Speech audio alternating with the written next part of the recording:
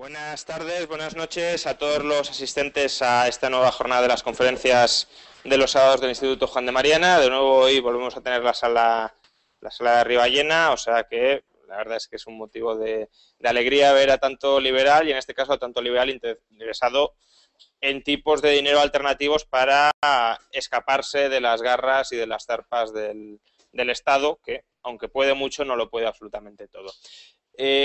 En cualquier caso, hoy tenemos conferencia sobre Bitcoin a cargo de Félix Moreno y de Víctor Escudero. Bueno, ellos nos explicarán qué es el Bitcoin, qué ventajas tiene, qué oportunidades para la libertad y para el mercado, para el libre mercado, para promover una sociedad desvinculada del Estado, pues acarrea. También espero que os puedan resolver ya más probablemente en el turno de preguntas, aunque ya en el PowerPoint anterior, a buen seguro lo harán, muchas de las dudas que pueda generar sobre su funcionamiento, si se puede falsificar, si se puede multiplicar exponencialmente de cantidad, si se puede expropiar, si va a tener un valor estable o no, si se va a extender, si la gente lo va a reconocer como dinero o no lo va a reconocer, es decir, un poco los avatares futuros y cuál puede ser el futuro de este experimento que pues esperemos que salga bien, porque si sale bien, la verdad es que nos puede facilitar mucho la vida a la hora de oponernos a la maquinaria y al leviatán del sector público. Pues sin más, os dejo con los ponentes y con esta muy interesante conferencia. Aprovecho también para agradecer y darles la bienvenida a todos los que nos siguen por streaming a través del Google Hangout. Muchísimas gracias, Juan Ramón. Muchísimas gracias a todos por venir aquí y muchísimas gracias a los amigos del Juan de Mariana por darnos esta oportunidad de contaros qué es Bitcoin. Solo por hacerme una idea, ¿podéis levantar la mano los que hayáis oído hablar de Bitcoin anteriormente? Muy bien, y ahora podéis levantar la mano, por favor, los que tengáis un monedero de Bitcoin. Muy bien, estoy impresionado. Hace un año esto no habría sido así, ¿eh? Bueno, vamos a hablar muy brevemente, Víctor y yo, y os vamos a dar una pequeña introducción bastante básica, quizás se quede muy básica para lo impresionante que es el conocimiento que hay aquí sobre Bitcoin, pero luego vamos a dar mucho espacio para preguntas y respuestas para que todos podáis discutir y podamos hablar en detalle de las características de Bitcoin.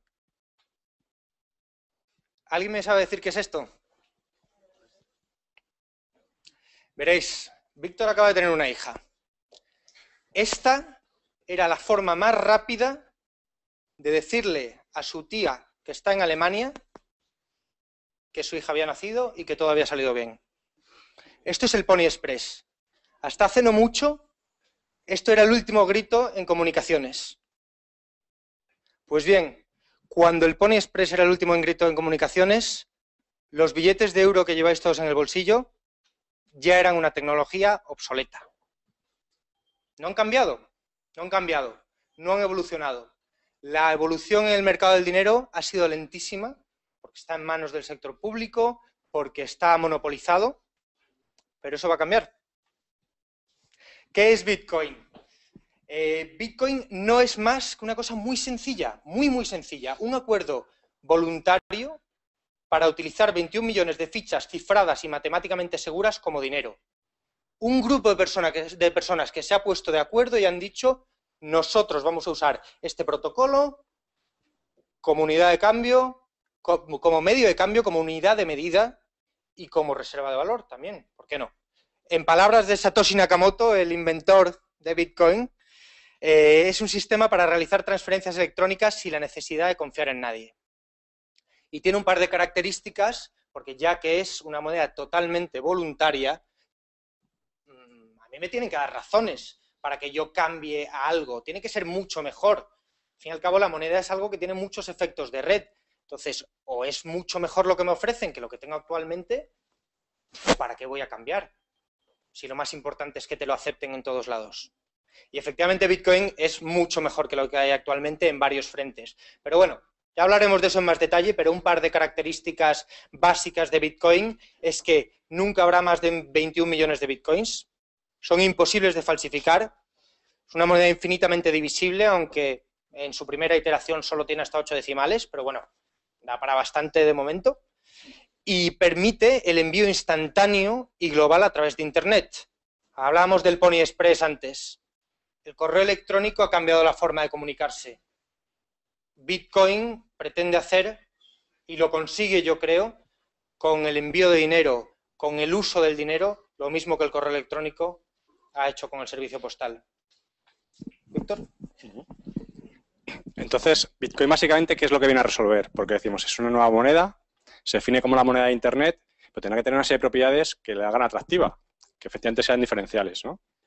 Entonces, la primera y la más importante quizá de todas ellas es que por primera vez no tenemos que estar confiando en terceras personas, en un intermediario, en un banco, que es el que tiene tus ahorros, o en una red, sea PayPal, Visa, Mastercard, etcétera, que sea el que decide si lo que tú quieres pagar va a llegar al destinatario o no.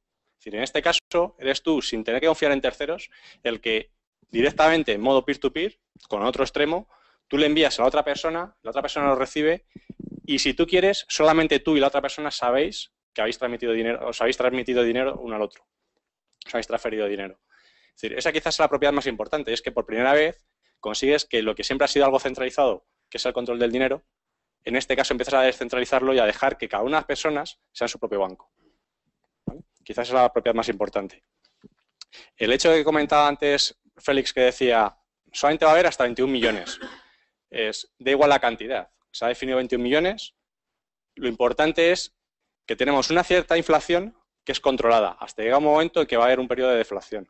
Es decir, da igual si la moneda, en este caso, es deflacionaria a largo plazo, pero da igual si la moneda es inflacionaria o deflacionaria. Lo importante es que no hay nadie detrás que está dando una maquinita imprimiendo dinero según tiene necesidad de generar más deuda o menos. Es decir, esto es lo que realmente importa. Entonces, las reglas de juego están claras para todo el mundo. Se sabe, según se van sacando nuevas monedas, según se van minando, que es la palabra que se utiliza, a qué ritmo se va a ir haciendo, y esto es algo común para todos. ¿Vale? Y por último, pues tiene otra serie de propiedades importantes. Y es que, por ejemplo, a día de hoy, uno puede transferir 5 millones de dólares sin pagar absolutamente ninguna comisión. Lo mismo que si te quieres comprar cualquier otra cosa a otro lado del mundo, que es algo que puedes habitualmente hacer con un micropago de tan solo $1 o €1 y que no tienes absolutamente ninguna comisión. Puedes elegir tener comisiones, las comisiones son mínimas, estamos hablando de milésimas o centésimas de céntimo de euro. Por lo tanto, a efectos es como si no tuviéramos.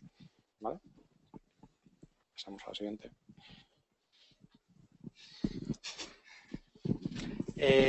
Esto es un ejemplo de algo que es un gran problema en los pagos en Internet.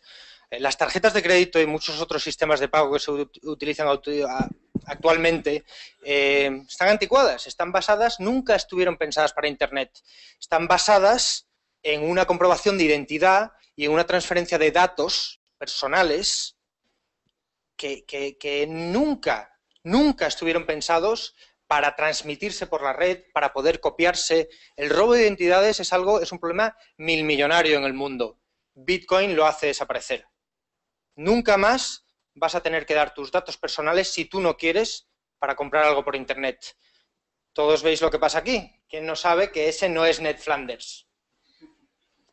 Con Bitcoin esto no pasa.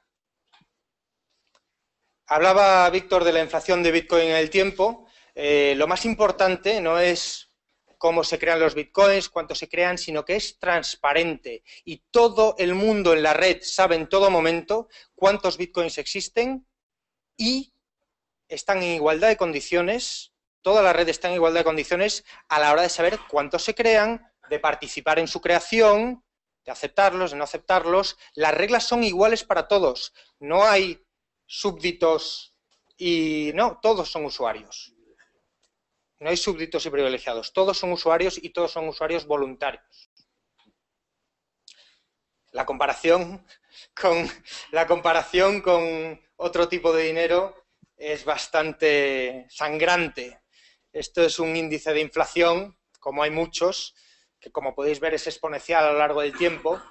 Para cualquiera que haya vivido en un país donde la inflación es un fenómeno rápido y, bueno, quién sabe, si lo vivimos nosotros posiblemente en el futuro, el que se sepa cuántos bitcoins va a haber es una gran ventaja. ¿Víctor? Pues aquí pone Bitcoin es casi invulnerable. Bien. No decimos, a la gente no le gusta el tema de seguridad, no decimos que esto es totalmente seguro 100%. Lo que podemos decir es que es tanto más seguro que cualquiera de las transacciones que estamos haciendo todos los días en el banco y no por ello estamos preocupados. Es decir, Bitcoin tiene una de las ventajas y es que es muy transparente, el protocolo es open source totalmente, todo el mundo lo puede mirar, la implementación es libre y hay muchas implementaciones distintas de clientes de Bitcoin, aparte la de referencia, digamos. Las transacciones que se están enviando constantemente en Bitcoins pueden ser consultadas por todo el mundo y solamente con indicar cuál es la dirección de Bitcoin que quieres ver, puedes saber si esa dirección de Bitcoin ha enviado dinero, lo ha recibido, en cuánto tiempo, etcétera.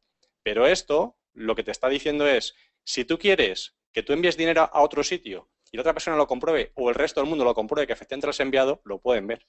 Pero tú simplemente, si no quieres que eso sea visible, simplemente con no dar tu número de cuenta, entre comillas, que es tu dirección de Bitcoin, con no dar tu número de cuenta, ni la de origen ni la de destino, simplemente el resto de la gente no lo va a saber.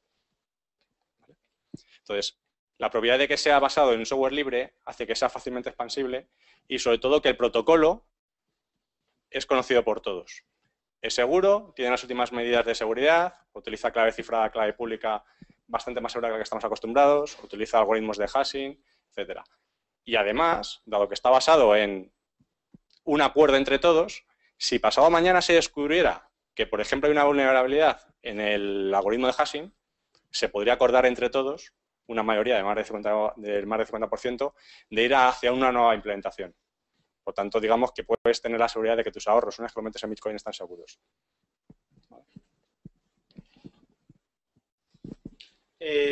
Bueno, como veis, estamos siendo muy rápidos porque queremos dar mucho espacio a preguntas y respuestas, pero esto es una pequeñísima muestra de la economía de Bitcoin. Todo eso son empresas. No estamos hablando ya, esto hace 3 años era un experimento, una curiosidad económica, tenía mucho potencial, pero ya hay cientos de empresas que están facturando dinero, que están trabajando con Bitcoin, algunos de ellas trabajando en la implementación de Bitcoin, intentando llevarlo a más gente, haciéndolo más accesible, creando programas, otras simplemente vendiendo cosas y comprando Bitcoin. BitMeet, por ejemplo, es el eBay de los Bitcoins. Luego, el negocio de la publicidad en Internet tiene muchísimo potencial con Bitcoin. Hay 4 o 5 empresas que se dedican a eso. Hay un gran ecosistema y una gran comunidad de gente que está apostando muy fuerte por esta moneda, porque ven las grandísimas ventajas que tiene. Esto hace relativamente poco tiempo no lo había. Y eso nos lleva a lo siguiente, el precio de Bitcoin. Este es el precio de Bitcoin en dólares y en euros. Hasta hace 3 años, Bitcoin era un brillito en el ojo de Satoshi Nakamoto. Bueno, 4 años para ser justos, pero su valor era ridículo. Un Bitcoin valía menos de $0.01. A día de hoy, esta mañana, Bitcoin valía $28 o 22,5 euros. Evidentemente, quien entró pronto pues se benefició mucho, pero eso no es lo importante. Lo importante es que seguimos en los inicios, seguimos en el 3er año de difusión de Bitcoin. Hay ahora mismo menos de 1 millón de usuarios. Este año esperamos que se llegue al 1 millón de usuarios y cuanta más gente esté en la red, más útil será Bitcoin y más valioso será. Y esto, por si alguno no lo ha visto antes, es el típico gráfico que es un poco para explicar esto que habéis visto anteriormente, del pico que hubo en el año 2011, que hubo un pico especulativo muy peligroso, y cuando todavía no había mucha economía real detrás de Bitcoin, un poco para llevar a la precaución y para pedir prudencia. Bitcoin ya ha pasado sus fiebres iniciales, ya empieza a ser una cosa útil de verdad, ya no es un experimento, ya hay un valor y una economía ahí, y seguramente haga menos ruido que en sus inicios cuando todo el mundo estaba entusiasmado, pero ahora está la gente que quiere usarlo, que quiere que sea algo útil y que quiere que sea algo valioso. Y eso es lo que pasa con la adopción tecnológica generalmente. Entonces, hemos hablado mucho de la teoría, pero realmente yo lo que quiero es daros la guía de 5 minutos para utilizar Bitcoin. Y es sencillísimo, 3 pasos, menos de 5 minutos. Instala un monedero. Como ha dicho Víctor, hay muchos distintos, lo que se llama el cliente o monedero Bitcoin. Yo recomiendo Blockchain, es el que uso yo. En menos de 1 minuto te lo descargas en el móvil. Compra Bitcoins, o mejor todavía, no los compres, gánalos. Busca a alguien que tenga bitcoins, hay muchos, en Google los encontráis inmediatamente, y dile, ¿qué te vendo por bitcoins? ¿Qué servicio te ofrezco? Participad en la economía de Bitcoin. Consigue tus bitcoins y gástatelos. Es algo que podéis hacer en 5 minutos. En 5 minutos podéis descargaros un monedero, comprar unos bitcoins. He puesto ahí 3 ejemplos, pero hay miles de sitios donde comprar bitcoins ya. Y además hay una red, Local Bitcoins, por ejemplo, es una red con miles de usuarios donde gente de vuestra propia ciudad, de vuestro propio código postal, os compra y os vende bitcoins. Y gastadlos. La pregunta ya no es ¿en qué me puedo gastar esto? La pregunta ya es ¿en qué no me lo puedo gastar? ¿Qué no se puede comprar con bitcoin ahora mismo? Es una lista pequeña. Los billetes de avión todavía no se puede. Pero cada vez hay menos cosas que no se pueden comprar con bitcoin. Bueno, podríamos hablar de esto. Bien, hay una palabra peligrosa que es la parte de cadena de bloques. Y digo peligrosa porque esto da para hablar durante 5, 6, 7, muchas más horas. Y es básicamente, lo importante es, todas las transacciones, de alguna forma, se tienen que quedar registradas en algún sitio para que todo el mundo las pueda ver a modo de notario. De tal forma que la seguridad de tus transacciones están refrendadas por una mayoría que están viendo que efectivamente lo que tú has enviado es dinero real y que está llegando al destinatario que has dicho que va a llegar. Entonces, eso básicamente es la cadena de bloques. Digamos que hace la función de notario de la red. ¿Vale? El protocolo, como decíamos antes, es abierto, es P2P, de tal forma que tú al fin y al cabo envías dinero, lo recibes, y todos los demás que están viendo esa transacción, lo que están haciendo es verificando que cuando yo, por ejemplo, envío, imaginaros, estoy dando un billete a Félix, pues tiene una numeración correcta y que efectivamente es un billete de verdad, un billete auténtico. Y lo mira cada uno de vosotros, lo estáis viendo y estáis diciendo que efectivamente es un billete auténtico. Esa es la forma de verificar que efectivamente yo le doy el dinero y yo me voy a esta sala y el dinero se queda con Félix. Pues algo parecido es precisamente la cadena de bloques. Digamos que es el alma de lo que hay detrás de Bitcoin, de lo que es del protocolo en sí. ¿Vale? Tiene funcionalidades muy interesantes, está muy bien pensado y cuanto uno más lo mira, pues más se enamora de la implantación que hizo un tal dejémosle, porque realmente es un nombre anónimo, Satoshi. Y realmente la implementación es muy buena y ha soportado el ataque y muchos otros ataques que le han ido viniendo a Bitcoin en los últimos tiempos. Digamos que nos garantiza, después de todo lo que hemos estado pasando durante todo este tiempo, que ha habido todo tipo de intentos de desprestigiar la moneda y acabar con ella, nos garantiza que a nivel de protocolo al menos no hay ninguna dificultad, no hay ninguna amenaza cercana. Hay una amenaza que sí os quería comentar, solamente sugerirla, y es, tened en cuenta que como una moneda nueva que está en Internet, obviamente pues está sujeta al ataque de grandes bancos, grandes organizaciones, estados, etcétera. Si nosotros viviéramos en Estados Unidos y se nos ocurre crear esta moneda, pues a lo mejor habíamos estado ya en la cárcel directamente por intentar atacar al dólar. Bueno, pues obviamente esta persona que lo inventó, pues permanece anónima, porque sabe que esta creación es muy buena, pero puede tener muchos detractores. ¿Cuál es el punto más vulnerable que tiene hoy en día Bitcoin? Pues hay mucha teoría sobre el ataque del 51%, etcétera.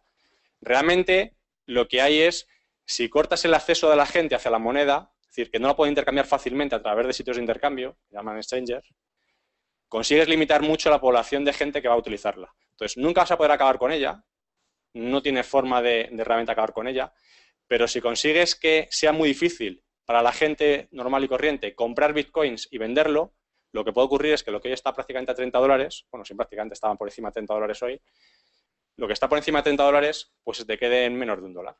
Entonces, obviamente, la gente que tiene dinero en Bitcoin perderá mucho dinero en ese sentido. Pero tenéis la ventaja de que en ningún caso pueden acabar con ella. Entonces, una cosa es que el acceso sea difícil a través de sitios oficiales de intercambio y otra cosa es que los usuarios no pueden seguir intercambiando bitcoins entre ellos. Ni apagando Internet. Hay bitcoins de papel, hay bitcoins físicos, estos son unas nuevas Cascasius que ahora las pasaremos por ahí. Ni apagando Internet se puede acabar con Bitcoin. O un cheque, al fin y al cabo. Es decir, al fin y al cabo Bitcoin lo que estás transmitiendo es información. Y esa información hemos acordado todos que vale un cierto dinero. Esa información, obviamente, se confirma en Internet a través de la cadena de bloques y para eso, en principio, uno necesita estar online. Pero si yo cargo dinero en este cheque, al fin y al cabo, y le meto aquí 100 bitcoins, y se lo doy a otra persona, cuando esa otra persona quite esta etiqueta, aquí aparece un código QR que lo puedo utilizar a través de su móvil y le aparece justamente la clave secreta que hay detrás de esa cuenta de crédito, entre comillas, que es Bitcoin realmente. Y consigue el dinero. De tal forma que yo soy capaz de transferir Bitcoins directamente de offline y una persona cualquiera, solamente poniendo la dirección pública que aparece aquí arriba, es capaz de comprobar que efectivamente el cheque este tiene dinero. No me lo estoy inventando. Y esto puede estar en este cheque o puede estar en una moneda como estas, que es una moneda normal y corriente, que lo único que tiene es una clave que está tapada con un holograma, que cuando uno retira el holograma, pues simplemente está la clave que está detrás, que es lo que uno necesita realmente para poderlo gastar. ¿Vale? Esa es la clave realmente. Entonces, puedes tener muchas monedas como esta, una moneda física que llaman Casascius, una moneda física donde realmente tienes aquí almacenado el valor de Bitcoin. Entonces, imaginémonos una economía en la que no tenemos mucho acceso a Internet. Bueno, podemos intercambiar cositas de estas, al fin y al cabo. Da igual si es en papel. Lo importante es que estamos transmitiendo información. Bueno, yo creo que lo mejor ahora va a ser abrir a preguntas porque estoy empezando a ver dudas en las caras, ya sabía yo que... Entonces, si alguien quiere preguntar, le paso el micrófono.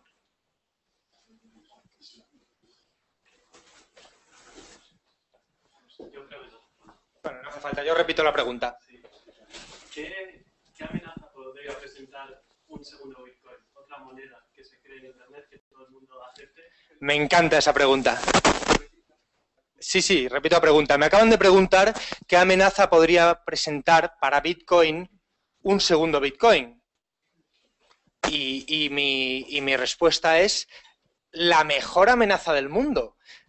Que un producto, que aparezca otro producto más que solo va a ser aceptado si es mucho mejor que el que ya tienes, es como deben funcionar las cosas. Yo no quiero tener que cambiar de coche porque me obligan. Yo quiero tener que cambiar de coche porque hay un coche mucho mejor que me va a aportar ventajas mucho mejores. Entonces, si hay una tecnología superior a Bitcoin, yo creo que va a ser muy difícil y va a tardar mucho tiempo en aparecer, pero ya están apareciendo muchas copias de Bitcoin y muchas copias que utilizan aspectos de Bitcoin.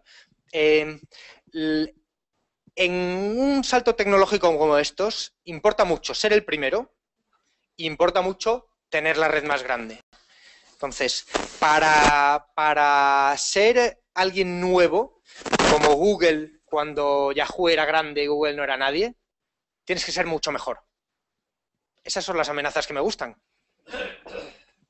A día de hoy esa amenaza ya está. Es decir, tenemos multitud de monedas alternativas que, aprovechando el propio código de Bitcoin, que es abierto, se han creado. Existe Litecoin, existe Nova Coin, existen 5, 6, 7, 8, 12 implementaciones distintas, utilizando básicamente la misma base.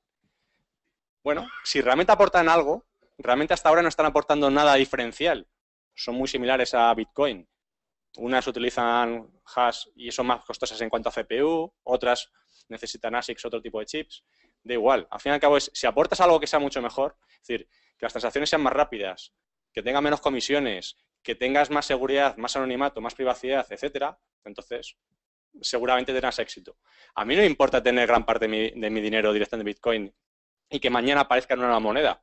Pues simplemente cambiaré esa moneda, que en este caso es Bitcoin, por la nueva moneda. No pasará nada. ¿Sería posible un oligopolio que convivan distintas monedas? Porque hasta ahora lo habéis planteado como un monopolio, solo una moneda.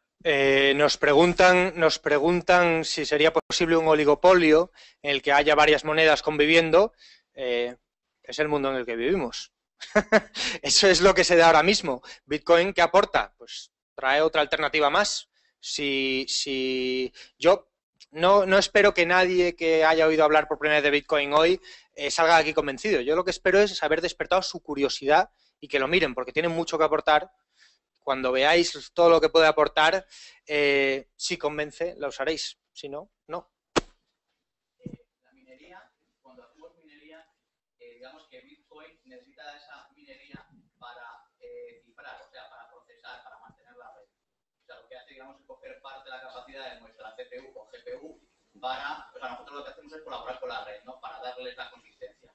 Y luego de premio aleatorio nos puede tocar los 50 Bitcoin, ¿no? 25 ya. Bueno, pues que sea. La idea es eso, contribuir al cifrado, a la infraestructura. Nos preguntan por la minería. ¿Para qué sirve la minería en la red de Bitcoin? La minería es como se llama por analogía al proceso de generación de Bitcoins, en el que una serie de personas, a las que se llaman los mineros, por analogía con el oro, porque siempre se habla de Bitcoin como el patrón oro de Internet. Los mineros aportan su poder de computación a la red, ayudan a asegurar la red, ayudan a hacerla invulnerable a los ataques. Cuanto más minero hay, más defendida está la red y mejor funciona Bitcoin, y reciben un premio. ¿Ese premio de dónde sale? Pues de las Bitcoins que, como os hemos enseñado en esa curva anterior, se generan siguiendo este patrón. Al final, a partir del año 2021, ya la generación de Bitcoins se ralentiza mucho y los mineros recibirán su premio de otra forma, lo recibirán de las comisiones que la gente pague por acelerar sus transacciones. Pero sí, los mineros realmente lo que están aportando es, bueno, no sé si lo sabéis, pero la red de Bitcoin ya tiene más potencia que el programa SETI, el Pentágono y Google juntos, más poder de hash. Eso es gracias a que los mineros reciben ese premio, evidentemente. Los incentivos están muy bien pensados. Es bastante más que los ordenadores potentes del top 500. ¿Y por qué se llama minería? Pues obviamente cuando se empezó a montar una moneda de este estilo, se basaron en qué otras monedas o qué otro tipo de opciones ha habido para transferir dinero, por un lado, y para que sea una forma segura de mantener valor. Y el oro es una de ellas. Entonces, una propiedad muy importante del dinero es que sea fácilmente divisible. Es decir, el oro es muy difícil de cortar en trocitos por debajo del gramo, por ejemplo. Es muy difícil de comprobar también entre varias personas si esto es oro de verdad o no. Al final necesitas tener gente experta y con aparatos especializados que verifiquen si esto es oro puro o no lo es. Eso con Bitcoin acabamos con ello. Y sobre todo la más importante es que sea escaso. Entonces, con el oro, ahora mismo tiene mucho valor. Y durante toda la historia siempre ha sido así. Si de repente empezamos a descubrir nuevas minas o nuevas formas de obtener oro, el valor del oro bajaría muchísimo. Bueno, pues con Bitcoin lo que han hecho es, vamos a asegurarnos de que es escaso. ¿Cómo nos aseguramos de que es escaso? Nos aseguramos de que nunca va a haber más de esos 21 millones que hemos definido. Y es un valor arbitrario. Hemos definido 21 millones y da igual, porque un Bitcoin le puede dividir hasta el valor que tú quieras. 8 decimales ahora, el valor que tú quieras. Por lo tanto, da igual que sean 21 millones que como si te hubieran dicho 21.000 millones. Exactamente igual. El octavo decimal es conocido como el Satoshi. Sí. Entonces, de esta forma lo que te permiten es, tú tienes dinero, estás generando a un cierto ritmo y ese ritmo de generación es controlado, que es la propiedad más importante. La persona que tiene dinero en metales preciosos siempre tiene un riesgo. Quizá el principal es papá Estado y quizá el otro es que de repente pueda aparecer una nueva tecnología que permita obtener plata de residuos que hasta ahora no se podía o cualquier cosa de este estilo. Entonces, que de repente aumente mucho la cantidad de metal precioso que tú tienes. Con Bitcoin lo tienes garantizado. Sabes en todo momento qué valor va a haber y cuánto se va a ver. Habéis dicho que si más del 50% pide un cambio de protocolo, sí. ¿Cómo se me protege mi propiedad del ataque del 50%? Me encanta. Bueno, el ataque del 50% ahí, bueno, da para libros y libros y libros, pero la realidad es que Bitcoin no es una moneda, no es un protocolo democrático, no, es un protocolo de consenso. Entonces, mientras tú mantengas un nodo original, a ti no te afecta el ataque del 51%. Una de las cosas, bueno, es una discusión, es algo sobre lo que discuten interminablemente los aficionados y los usuarios de Bitcoin, sobre todo los programadores, pero la realidad es que mientras tú mantengas un nodo vivo, la gente que hace un ataque del 51%, bueno, para empezar, con el 51% lo único que pueden hacer es generar el siguiente bloque en la cadena de bloques, pero no pueden garantizar que les acepten luego un cambio en el protocolo. O sea, con el 51% no cambias el protocolo. Puedes generar un bloque. Para cambiar el protocolo tienes que convencer a todos los usuarios para que se descarguen un nuevo cliente, un nuevo programa de Bitcoin que no sea compatible con el anterior. Entonces, si tú no quieres, no te lo descargas. Tú sigues con el antiguo y habría lo que se llama una bifurcación, en la cual unos usuarios de la moneda seguirían con las nuevas reglas y otros se quedarían con las antiguas. Entonces, tú siempre estás protegido. Sin tu permiso, nunca pueden cambiar las reglas. Al fin y al cabo, el tema del ataque del 50% es un ataque teórico, es plausible, es verdad, pero lo era mucho más en los orígenes de la moneda. Cuando había muy poquitas monedas y muy poquita capacidad de cálculo, era relativamente probable. Pero a día de hoy, si directamente el gobierno de Estados Unidos quiere acabar con la economía de Bitcoin mediante esta forma, hay otras muchas más fáciles, pero si lo quiere hacer a través de esta forma, pues tan solo tiene que comprar máquinas que sean tan potentes como para poder tener esa potencia de cálculo. Realmente se gastaría mucho más dinero que lo que hay ahora mismo de valor monetario de Bitcoin circulando en Internet.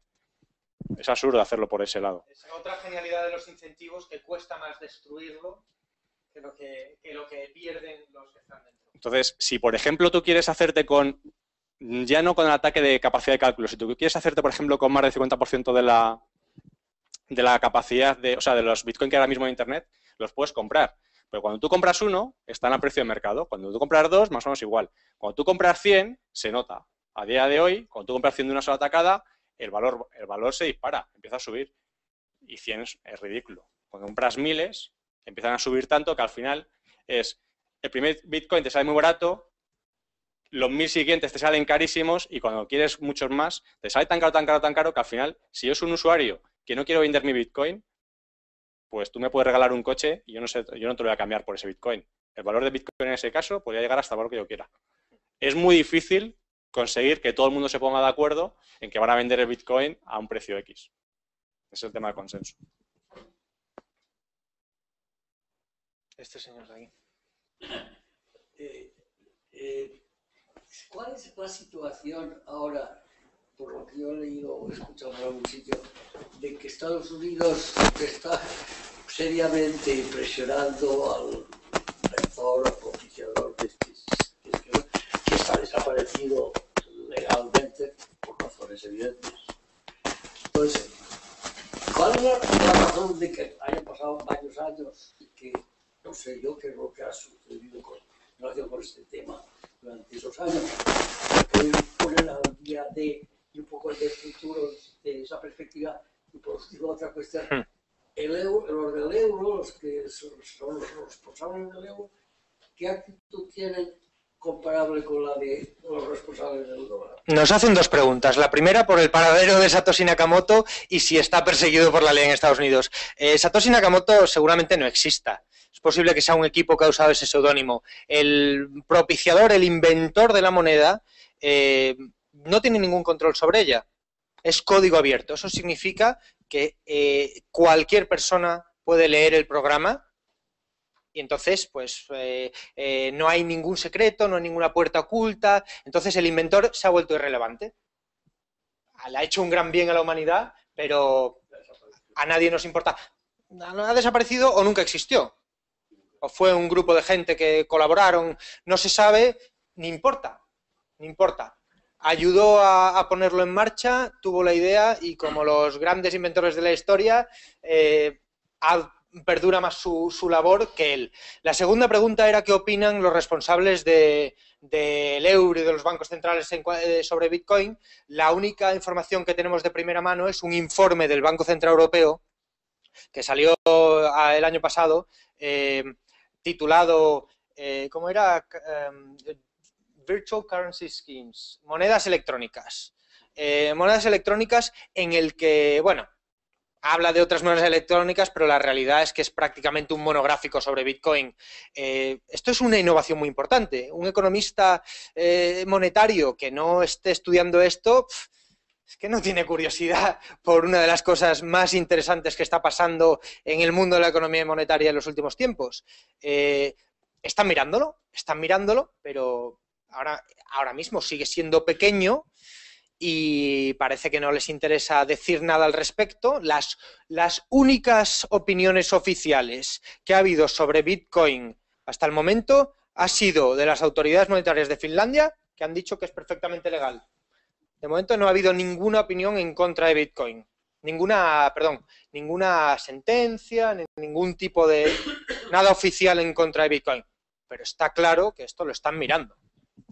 Unos problemas que hay es que, y esto lo veremos en Internet, habrá noticias por todos los sitios, y lo vamos a ver en un futuro, y ya lo vemos a día de hoy, es constantemente hay deseos de ligar la moneda en la mente de las personas hacia tráfico de armas, porque es muy fácil de enviar dinero con Bitcoin que no sea fácilmente traceable, hacia drogas, y todo tipo de actividades ilegales, áreas grises o áreas negras directamente, de tal forma que lo que están diciendo es una moneda pensada para el delito. Bueno, no nos olvidemos que es una moneda y es una herramienta y es muy potente. Y como tal se puede utilizar para hacer cosas buenas o hacer cosas malas. El hecho es que está intentando constantemente llevarlo hacia ahí. Entonces, que haya sitios como, por ejemplo, Silk Road, donde tú puedes comprar armas fácilmente, droga, cualquier otro tipo de cosas. Armas ahora ya no, lo cerraron a tiempo. Bueno, pues que puedes comprar todo tipo de cosas ilegales, pues esto hace que haya autoridades como en Estados Unidos, que hubo dos demócratas que se echaron las manos a la cabeza y en Estados Unidos dijeron que hay que perseguir a esta moneda, porque no puede ser que lo que hasta ahora era una actividad muy sencilla para la DEA de perseguir droga, pues ahora el dinero es difícilmente traceable. Aquí lo importante es... ¿Hace cuánto tiempo que se interesaron sobre esa cuestión? 2 años. 2 años. En Estados Unidos hace 2 años. El senador Sal Schumer pidió una investigación oficial. ¿Otro caso parecido? El, Hace 2 años. Un senador americano hace 2 años pidió una investigación oficial del FBI sobre Bitcoin.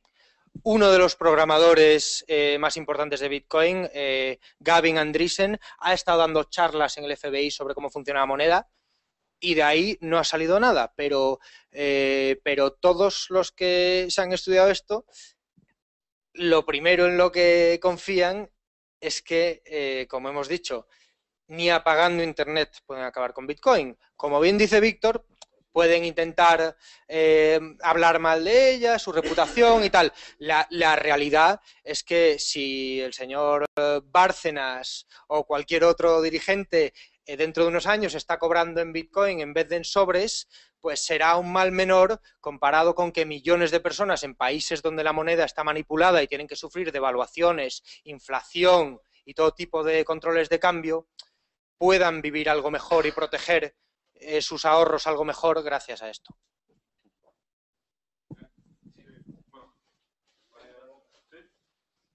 Varias dudas. Soy simpatizante, ¿no? de Bitcoin, aunque no tengo monedero, pero me surgen varias dudas respecto al diseño.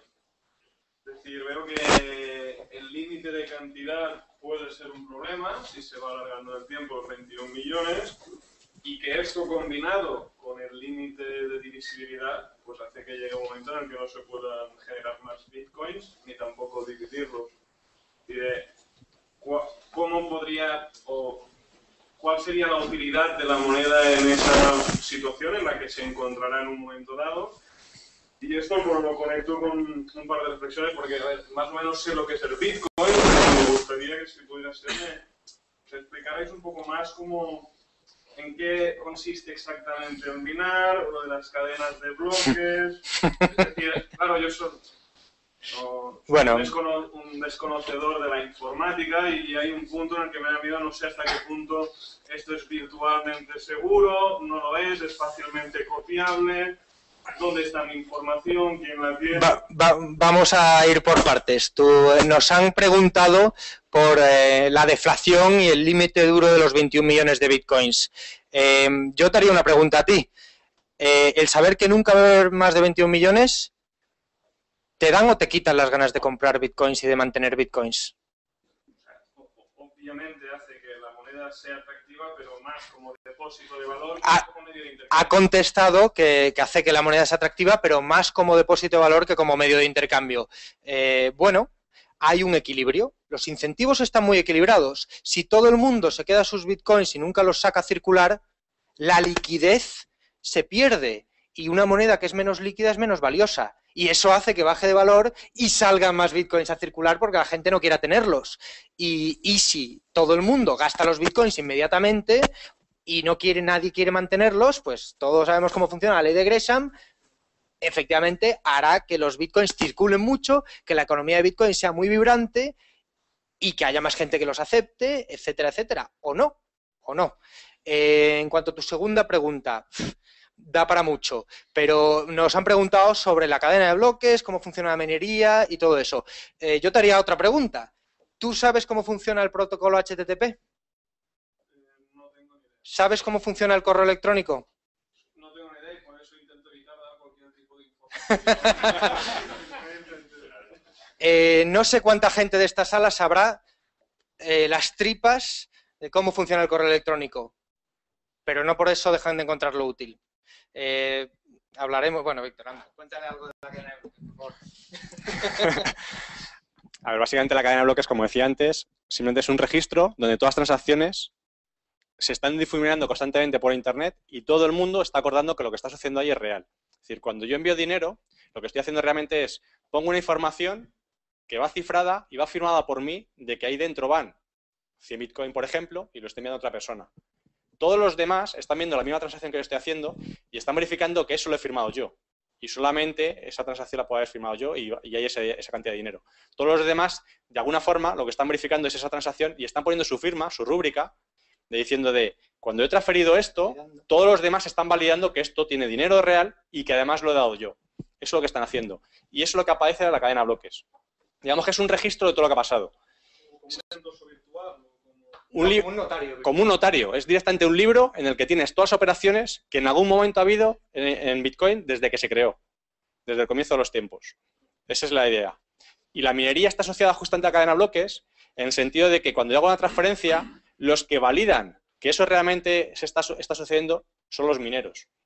Por eso es una parte importante de Bitcoin, porque son los que aseguran la red. Son los que se aseguran de que verificar cada una de las transacciones. A medida que se va minando y que quedan menos bitcoins por terminadas y que la recompensa por seguir minando es inferior, también lo es la seguridad de la red. Es decir, en el momento en que se va alcanzando o se alcanza los 21 millones, ¿no? No. La pregunta es, en principio uno dice, si tenemos 21 millones de monedas, que es el máximo teórico al que vamos a alcanzar, y poco a poco vamos a ir alcanzándolo, según vaya bajando el incentivo que tienen los mineros, pues seguramente dejarán de minar y por lo tanto la seguridad de la red se ve afectada. Bueno, es la lógica, ¿no? Lo que sucede es que los mineros pueden optar por dos opciones. O sea, tienen dos tipos de incentivos. Uno, por el tema de comisiones y otro, por la generación de una moneda. Obviamente, cuando llegues a ese periodo, se generarán menos monedas. Posiblemente las comisiones suban un poquito más. Pero también la economía que va a haber de Bitcoin y el número de transacciones van a ser mucho mayores. Por tanto, las comisiones de enviar dinero, de enviar directamente un Bitcoin a otra persona. Esas comisiones son ridículas. Aunque luego se incrementan en el volumen de toda la economía de Bitcoin, lo cual quiere decir que cada transacción va a seguir básicamente una comisión absolutamente ridícula, que es el incentivo para los mineros. Solo quiero puntualizar una cosa. Bitcoin, si quieres, no tiene comisiones. ¿Para qué valen las comisiones a nivel de usuario? Para que tu transacción se valide más rápido. Pero tú, si quieres enviar 1 millón de euros en Bitcoins, 10.000 Bitcoins de aquí a Chile, van a llegar instantáneamente y no se van a confirmar hasta un tiempo que puede ser 10 minutos si no has pagado comisión o 1 minuto si has pagado comisión. Además, como todas las reglas de juego estaban claramente escritas en el protocolo, una parte muy importante es que se definió que en media lo que se va a tardar por minería en encontrar unas monedas va a ser 10 minutos, ¿vale? Eso quiere decir que cada 10 minutos están validando transacciones. Si hay muchísimo más mineros, la dificultad en minar se va incrementando. Por lo tanto, al final lo que va a permitir es que a lo largo del tiempo, en media, siempre va a ser unos 10 minutos en encontrar un nuevo bloque. Eso quiere decir, si de repente tenemos la mitad de mineros, va a ser mucho más fácil minar que lo que es ahora. Si tenemos el doble minero, va a ser mucho más difícil que lo que es ahora. Es decir, se va a mantener. Eso garantiza que la seguridad de la red más o menos va a ser equitativa a lo largo del tiempo. Es que no vas a dejar de minar. No, porque por minería no solamente generas monedas, sino que también estás validando transacciones. Cuando tú validas transacciones, puedes obtener las comisiones que voluntariamente la gente está poniendo.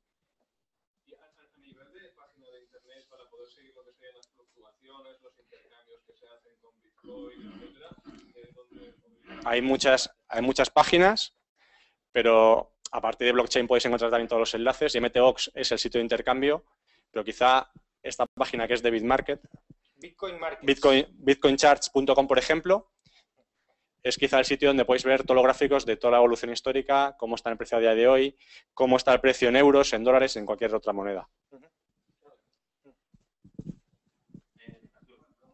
Que si un gobierno quisiese acabar con Bitcoin, en vez de atacarla, el simple hecho de ilegalizarla, ¿no desplomaría su valor? Bueno, nos preguntan si un gobierno ilegalizase Bitcoin, que si haría desplomarse su valor. Pues te respondo, depende de qué gobierno. Si lo hace el gobierno argentino... No, es que es una pregunta importante. Si lo hace el gobierno argentino, pues las transacciones en dólares están muy controladas en Argentina y, sin embargo, la gente las sigue haciendo. Y el dólar no vale menos pesos argentinos que yo sepa. En Zimbabue, en el año 2008, el señor Robert Mugabe prohibió el uso de rands sudafricanos, dólares americanos y euros para realizar transacciones. Y, sin embargo, no perdieron valor los euros y los dólares en Zimbabue ni el rand sudafricano. Si el gobierno americano ahora ilegalizase Bitcoin, por ejemplo, el mundo es muy grande. China tiene ya unos cuantos de miles de bitcoineros. Internet es muy grande. Hay muchas cosas que ya son ilegales y no por eso dejan de existir. Seguro que todos pensamos en algún ejemplo. Evidentemente, ahora mismo sería dañino, pero es que volvemos a lo mismo. Ahora mismo Bitcoin es muy pequeño para que merezca la pena darle esa publicidad. Quizás la publicidad que le diesen ahora le haría más bien que mal a Bitcoin, porque sigue habiendo, pues eso, 600.000 usuarios. Cuando Bitcoin tenga 10 millones de usuarios, a lo mejor se intenta regularlo. PayPal tuvo unos problemas regulatorios muy, muy importantes cuando llegó a los 5 millones de usuarios. Tenemos mucha confianza en que Bitcoin saldría ganando de esa lucha. Digamos que está en la alegalidad, en sentido de no está legislado como tal. Pero no hay una ley que prohíbe expresamente crear otra moneda que no sea el dólar americano. Pero esto no es una moneda. Nosotros acordamos que esto tiene un valor, lo mismo que a mí me dan Ticket Restaurant y yo voy y pago con ellos y me cogen un papel. En el momento que esto cotice como tal y tú definas como gobierno que esto es una moneda, obviamente a partir de ese momento tienes que pagar tasas, o sea, tienes que pagar impuestos como monedas, etcétera, etcétera. Pero en el momento que un gobierno diga que esto es moneda, a partir de ese momento el interés de la gente por pasarse a esa nueva moneda va a ser tan grande que no le va a interesar. Entonces, ahora mismo lo que están haciendo es cómo lo atacamos sin decir abiertamente que es Bitcoin ni darlo a conocer. Y el momento, aquí lo importante va a ser el timing, es decir, que va a haber ataques, va a ser seguro. El tema es cuándo se van a producir. Yo voy a hacer, son dos preguntas. La primera es, en el cliente original de Bitcoin, al recibir monedas, desde recibir monedas, yo creo la clave, y luego una vez que das la clave y entregar a quien sea, ¿tengo que firmarla o no tengo que firmarla? Lo está haciendo automáticamente sin que tú tengas que hacerlo. O sea, la pregunta es, ¿tú tienes que firmar tus direcciones que tú tienes en tu cliente estándar? Es cada vez que tú haces una transacción, sin que tú seas consciente, está firmando lo que estás enviando al otro extremo. Lo está haciendo constantemente. Yo había visto que tenía aparte una letra para firmar y pensaba que era porque eso lleva un SSH por debajo o algo de eso, que no valía, no hace falta. No, esa opción de firmar es, por ejemplo, si tú quieres poner un campo de texto asociado a esa transacción, o sea, es como yo envío 100 Bitcoin y además que poner un texto asociado de estos 100 Bitcoin son en concepto de tal a tal persona. Y eso, por ejemplo, se quedaría registrado en la cadena de bloques para todo el mundo que lo pueda ver. Y la otra es, ahora mismo para el Banco de España, el Bitcoin es un experimento, ¿vale? Un experimento, no distinguen Bitcoin de dinero virtual de software, por ejemplo. Pero si tú ya lo sacas en papel, lo sacas las monedas esas, es decir, que esté en circulación, aunque luego esa información no esté en circulación, ahí sí que ya habría un problema verdaderamente, porque el señoriaje, que es lo que es el derecho de emisión y tal, sí que se vería afectado, ¿no? El problema es sacarlo de la red, quiero decir, en cuanto, o sea, que sea intocable, mientras sea intocable no hay problema, luego lo conviertes a dólares o lo que quieras, pero si lo emites como tal, haces monedas, papel, el problema empezaría ahí. Nos dicen que si el Banco de España tomaría un interés por Bitcoin en el momento en el que se convirtiese en algo tangible, como estas monedas que hemos visto de Cascasius o como estos billetes que hemos visto de Bitcoin. Yo creo que el Banco de España tiene otros problemas más grandes de los que preocuparse ahora mismo. Tienen unas peleas en los periódicos todos los días, el señor Rato con el señor Fernández Ordóñez y con el nuevo tal y con el señor Linde, que algo que ahora mismo no es más que un club con unos cuantos usuarios, que es ahora mismo en España casi tan pequeño como el Eusko. No sé si has oído hablar de las monedas locales como el Eusko o tal. Si esto llega a ser lo suficientemente grande como para que tome un interés de verdad, entonces será invulnerable, porque ya ni necesitarás intercambiadores, podrás por la calle cambiar bitcoins. Por cierto, Yo creo que es buen momento para hacer una demostración, ¿no? ¿Quién tenía un monedero de Bitcoin por aquí? Anda. Ponme, pídeme una transacción.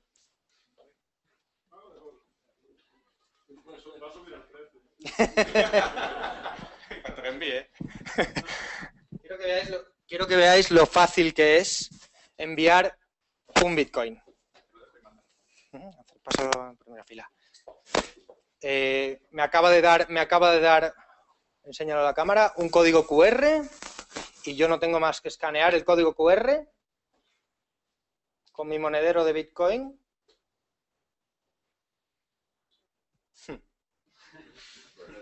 Estas cosas siempre pasan. Polo, apóyalo ahí. Ahí. Estoy usando blockchain, ya está.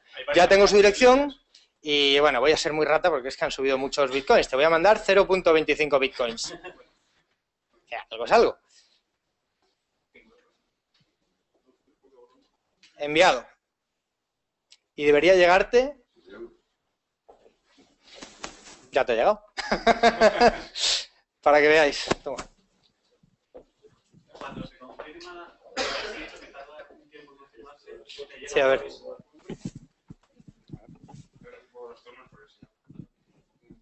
Antes lo que habéis mencionado sobre el monopolio y oligopolio, no sé, yo diría que si no hay barreras de entrada, no tampoco le veo mayor problema, aunque haya una sola Bitcoin o varios. Pero la pregunta que yo quería hacer es, he visto que en Estados Unidos hay una web que es incubadora de proyectos para Bitcoin o alrededor de Bitcoin, y si hay algo en España para parecido, buscando proyectos o buscando financiación para todo este tema de Bitcoin. En Estados Unidos, bueno, principalmente gente de Estados Unidos, pero no solamente gente de Estados Unidos, crearon hace mucho lo que llama la Fundación Bitcoin. Su objetivo principal es financiar proyectos sobre Bitcoin, generar nuevas ideas y justamente pues ver este tipo de oportunidades de nuevos proyectos que puedan aprovechar toda la potencia de Bitcoin. Esto en el resto de países todavía no está muy organizado. En España no hay ahora mismo, o sea, si alguien dice, yo quiero aportar capital para proyectos de Bitcoin, todavía no, ahora mismo no hay. Hay, igual que hay empresarios ahora mismo, es decir, hay gente que pone dinero. El capital riesgo ya ha invertido en Bitcoin en Estados Unidos. De hecho, Coinbase levantó $2 millones el año pasado. Es una empresa dedicada a proyectos de Bitcoin. ¿Quiénes han sido los más recientes que han levantado $500,000? No. BitPay ha levantado $500,000 hace nada de inversores. Pues tienes que hacerlo tú. O sea, si quieres montar una incubadora de negocios de Bitcoin, de aquí tiene que salir. Dos preguntas. ¿Quién fabrica las monedas y los billetes, los pagares? Y segunda pregunta. ¿Dónde está el servidor general o central que procesa toda esa información? Vale, pues estos billetes, por ejemplo, se hacen en Estados Unidos, los puedes comprar directamente a través de Internet, obviamente pagando bitcoins, como todo. Los puedes comprar ya con ellos cargados, que te dejen aquí directamente 10 bitcoins o la cantidad que tú quieras. Y la moneda es bastante igual. No tienen nada especial. Solamente es una clave privada, que es la que dice, es la clave que tú tienes, que es la seguridad a tu cuenta del banco, entre comillas, pues en este caso a Bitcoin, y una clave pública que todo el mundo puede ver. No tiene nada especial. Fabricarlo, como decíais antes, si a un gobierno directamente quiere atacar a los que fabrican esto, da igual. Si el dinero realmente es la información que hay detrás. Si esta información la puedes tener aquí, la puedes tener escaneada en códigos QR en papel, la puedes tener en tu ordenador, la puedes tener cifrada en tu ordenador, en tu portátil, en tu móvil y en 50 sitios al mismo tiempo, y puedes hacer allá cuando quieras. La puedes tener tallada en piedra, en una pirámide, maya o azteca. Y respondiendo a la segunda pregunta, que era ¿dónde está el servidor? No hay servidor. En eso consiste el que sea una red descentralizada. Como, esto no es, esto, una red P2P. Las redes P2P son lo que hace funcionar Internet, lo que hace funcionar el correo electrónico. ¿Y cuántos de aquí conocen BitTorrent? El Emule. Hay miles de redes descentralizadas en las cuales, mientras estén de acuerdo en usar el mismo protocolo, no hace falta que haya un servidor central, que sería un punto vulnerable, pero como no existe... Antes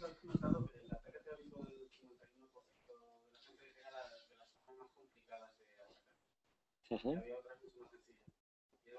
Cristina, ¿cuál es la forma más sencilla de la que estabas haciendo?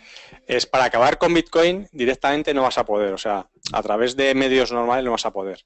Lo que sí puedes conseguir es lo que comentamos antes de asegurar que el menor número posible de gente pueda acceder a la moneda. Entonces, si por ejemplo mediante la legislación consigues acabar con los sitios de intercambio o les pones que tienen que pagar una serie de impuestos que sean tan bestiales que no sea rentable ni siquiera tenerlos, pues al final lo que pasa es que hay mucha gente que no puede acceder porque tú al fin y al cabo tú partes de no tengo bitcoins, tengo euros o tengo dólares y quiero cambiarlos. Si no tengo sitios centralizados que me permitan comprarlos, va a ser difícil que los puedas adquirir. Pero eso solamente consigues que se quede en un nicho de mercado. Es decir, no consigues acabar con la moneda. Lo que es clave es en cuándo vas a hacer esto. Porque si esto lo haces cuando hay 10 millones de usuarios, ya no va a ser un nicho de mercado, ya no vas a poder acabar con ello. Si lo haces en los momentos en los que todavía estamos creciendo, es posible que consigas asegurarte de que muy poquitos usuarios pueden acceder a la moneda y se quede restringido a un grupo de gente más pequeño. Pero no vas a conseguir acabar con ella en ningún caso. Vamos a solucionarle el problema a los legisladores y a la gente a la que no le guste Bitcoin. La mejor, más fácil, más rápida forma de acabar con Bitcoin es comprarlas todas. Que lo hagan, por favor. Yo invito al señor Ben Bernanke a que compre todos los Bitcoins. Total, si le sale gratis imprimir dinero, cosa que no pasa con Bitcoin, que nosotros ya crearemos otra. La idea de Satoshi Nakamoto ha salido de la botella y no va a volver nunca más. El mundo está cambiando.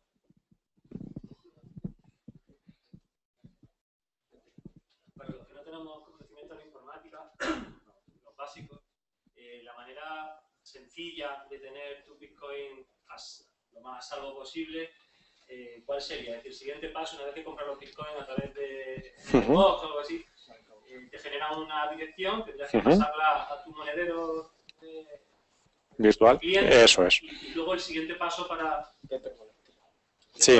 Algo sencillo. Sí, hay muchas opciones. Hay una opción, por ejemplo, directamente crearte una dirección que la puedes tener sobre papel y tú la puedes utilizar a través de tu móvil, ordenador o como quieras. Y quizá de los clientes de correo, lo que necesitas básicamente es un monedero. ¿Dónde vas a enviar esos Bitcoin? Una dirección de Bitcoin. Hay muchas opciones, como veíamos aquí, y las opciones de tener directamente tu dinero en Internet, antes era un riesgo. Aquí, por ejemplo, está blockchain, que todas estas que estamos comentando están en Internet, porque tenías básicamente dos opciones que elegir. Dices, o tengo el dinero en un cliente de correo y lo tengo yo solo en mi ordenador y, por tanto, está bajo mi control, o mi dinero lo tengo en un cliente por ahí de Internet y lo tienen en otra web. Entonces dices, hombre, esto no me da toda la seguridad, porque si de repente esa web desaparece, tengo un problema, ¿vale? Y además, si ellos tienen acceso a mi monedero, podrán utilizarlo. Bueno, pues se ha solucionado ese problema con sitios como blockchain, porque lo que hacen es, tú te creas tu monedero, se cifra directamente en tu navegador, siempre va cifrado al destino y el destino en ningún caso tiene acceso a tu dinero. Y el único problema puedes decir es, ya, pero si desaparece esa web, yo tenía mi dinero ahí, si desaparece esa web, ¿qué pasa?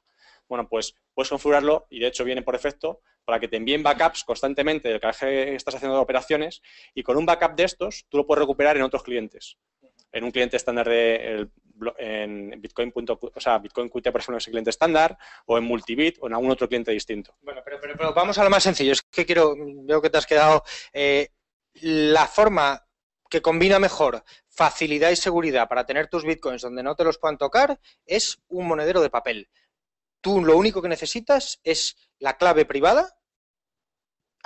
Todas las direcciones de Bitcoin tienen la clave privada y la clave pública. La clave pública es la que usas para enviar dinero o para recibir dinero. Tu dirección de Bitcoin es a donde te mandan el dinero. Pero la clave privada es el secreto con el que tú firmas. Pues tú ese secreto te lo imprimes en una hoja de papel, vas mandando el dinero a la clave pública, a tu dirección de Bitcoin, y cuando quieras recuperarlo, usas la clave secreta para recuperarlo. Que tienes un montón de monederos online donde puedes importar la clave privada. Entonces, va a ser muy sencillo, una hoja de papel con un número de ¿cuánto? ¿De 25 caracteres? De 30 y tantos caracteres.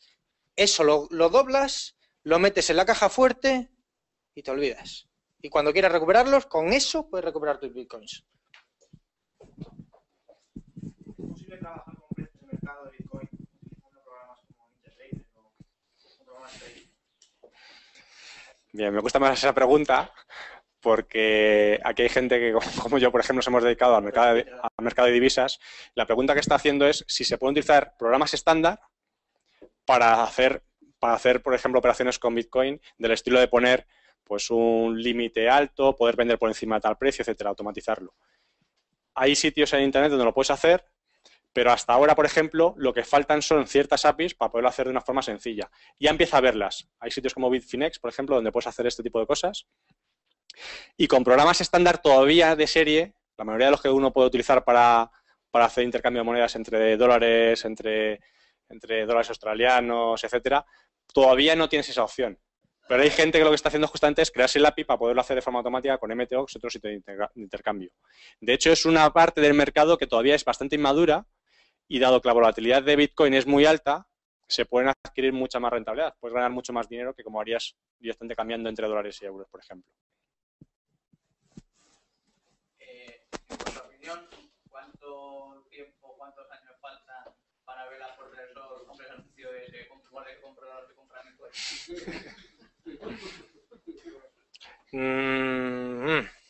Pues a ver, tú piensa cuánto tiempo tardó, pues no sé si conoces, si tienes abuela, cuánto tiempo tardó tu abuela en usar correo electrónico. No llega a usarlo. Pues entonces hay mucha gente que adoptará Bitcoin muy rápido y habrá miles de millones de personas que tarden más. Yo creo que una pregunta más fácil es ¿cuánto tiempo tardará en poder usarse Bitcoin en Amazon? 6 meses. 6 meses. Es una buena apuesta. Quizás un año. Sí. No hemos hablado de los hackers.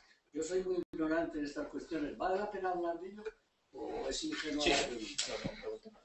Es decir, si yo creo que si hay un hacker que te entra y te coge un número secreto ese, te has dado 3 cuartos. Efectivamente. La pregunta viene por... La segunda pregunta es, ¿hay alguna política contra eso para utilizar esas posibilidades? Sería interesante que con ciertos avances tecnológicos de la cuántica se lograse cifrados indescriptibles. A ver, la pregunta viene... Si voy a resumir la pregunta. La pregunta es, dado que yo tengo el dinero en mi ordenador, tengo cierto riesgo de que si alguien desde fuera, un cracker más que un hacker, puede acceder, me lo puede robar, al fin y al cabo me puede robar mi dinero. Y es, efectivamente, el dinero está aquí, está en tu ordenador. Al principio, el cliente estándar, por ejemplo, no permitía cifrar tu cartera. Por lo tanto, tú tenías que asegurarte de que la información que esté ahí sea segura. Lo tienes que cifrar tú a mano, con GPG o con cualquier otra solución. Ahora directamente cualquier cliente estándar, el cliente estándar y todos los demás, vienen con opciones para cifrar la cartera. De tal forma que tú para recibir el dinero no hace falta que hagas nada, lo estás viendo cómo te está llegando, pero cada vez que vas a utilizar el dinero para transferirlo, es decir, lo quieres utilizar como si vas en tu banco, pues tienes que meter una clave que es generalmente bastante grande, la eliges tú. Y eso está cifrado. Y además tienes la ventaja que dices, hombre, es verdad, lo tengo aquí y aquí me lo puedes robar, ¿no? Si lo tienes en papel, deja asegurarte que el papel va siempre contigo o lo tienes en un sitio seguro y nadie más lo puede ver. Si lo tienes en ordenador, deja asegurarte de que está cifrado y que nadie más lo pueda ver. Pero tienes una ventaja y es que una vez que tú lo cifras, lo puedes tener distribuido en muchos sitios. No te importa que esté también en Dropbox, que esté en los sitios por ahí directamente lo tengas en Amazon, en la nube, da igual donde lo tengas. De hecho, puedes tenerlo en el trabajo, en casa, en 5 o 6 ordenadores distintos, en tu móvil, en todos sitios cifrado. Si alguien se queda con ello, se va a quedar con un fichero cifrado que no tiene forma humana de cifrar y tú tienes tu dinero. Si en un momento dado, por ejemplo, tú descubres que alguien entra a tu PC y puede haberse cogido esa billetera que está ahí, está cifrada, lo único que tienes que hacer es, como tú también la tienes y tienes copias de ella, envías todo tu dinero a otra nueva dirección que te acabas de generar distinta y a partir de ese momento, aunque la otra persona pudiera descifrarlo, lo cual es bastante improbable, no va a poder acceder a tu dinero.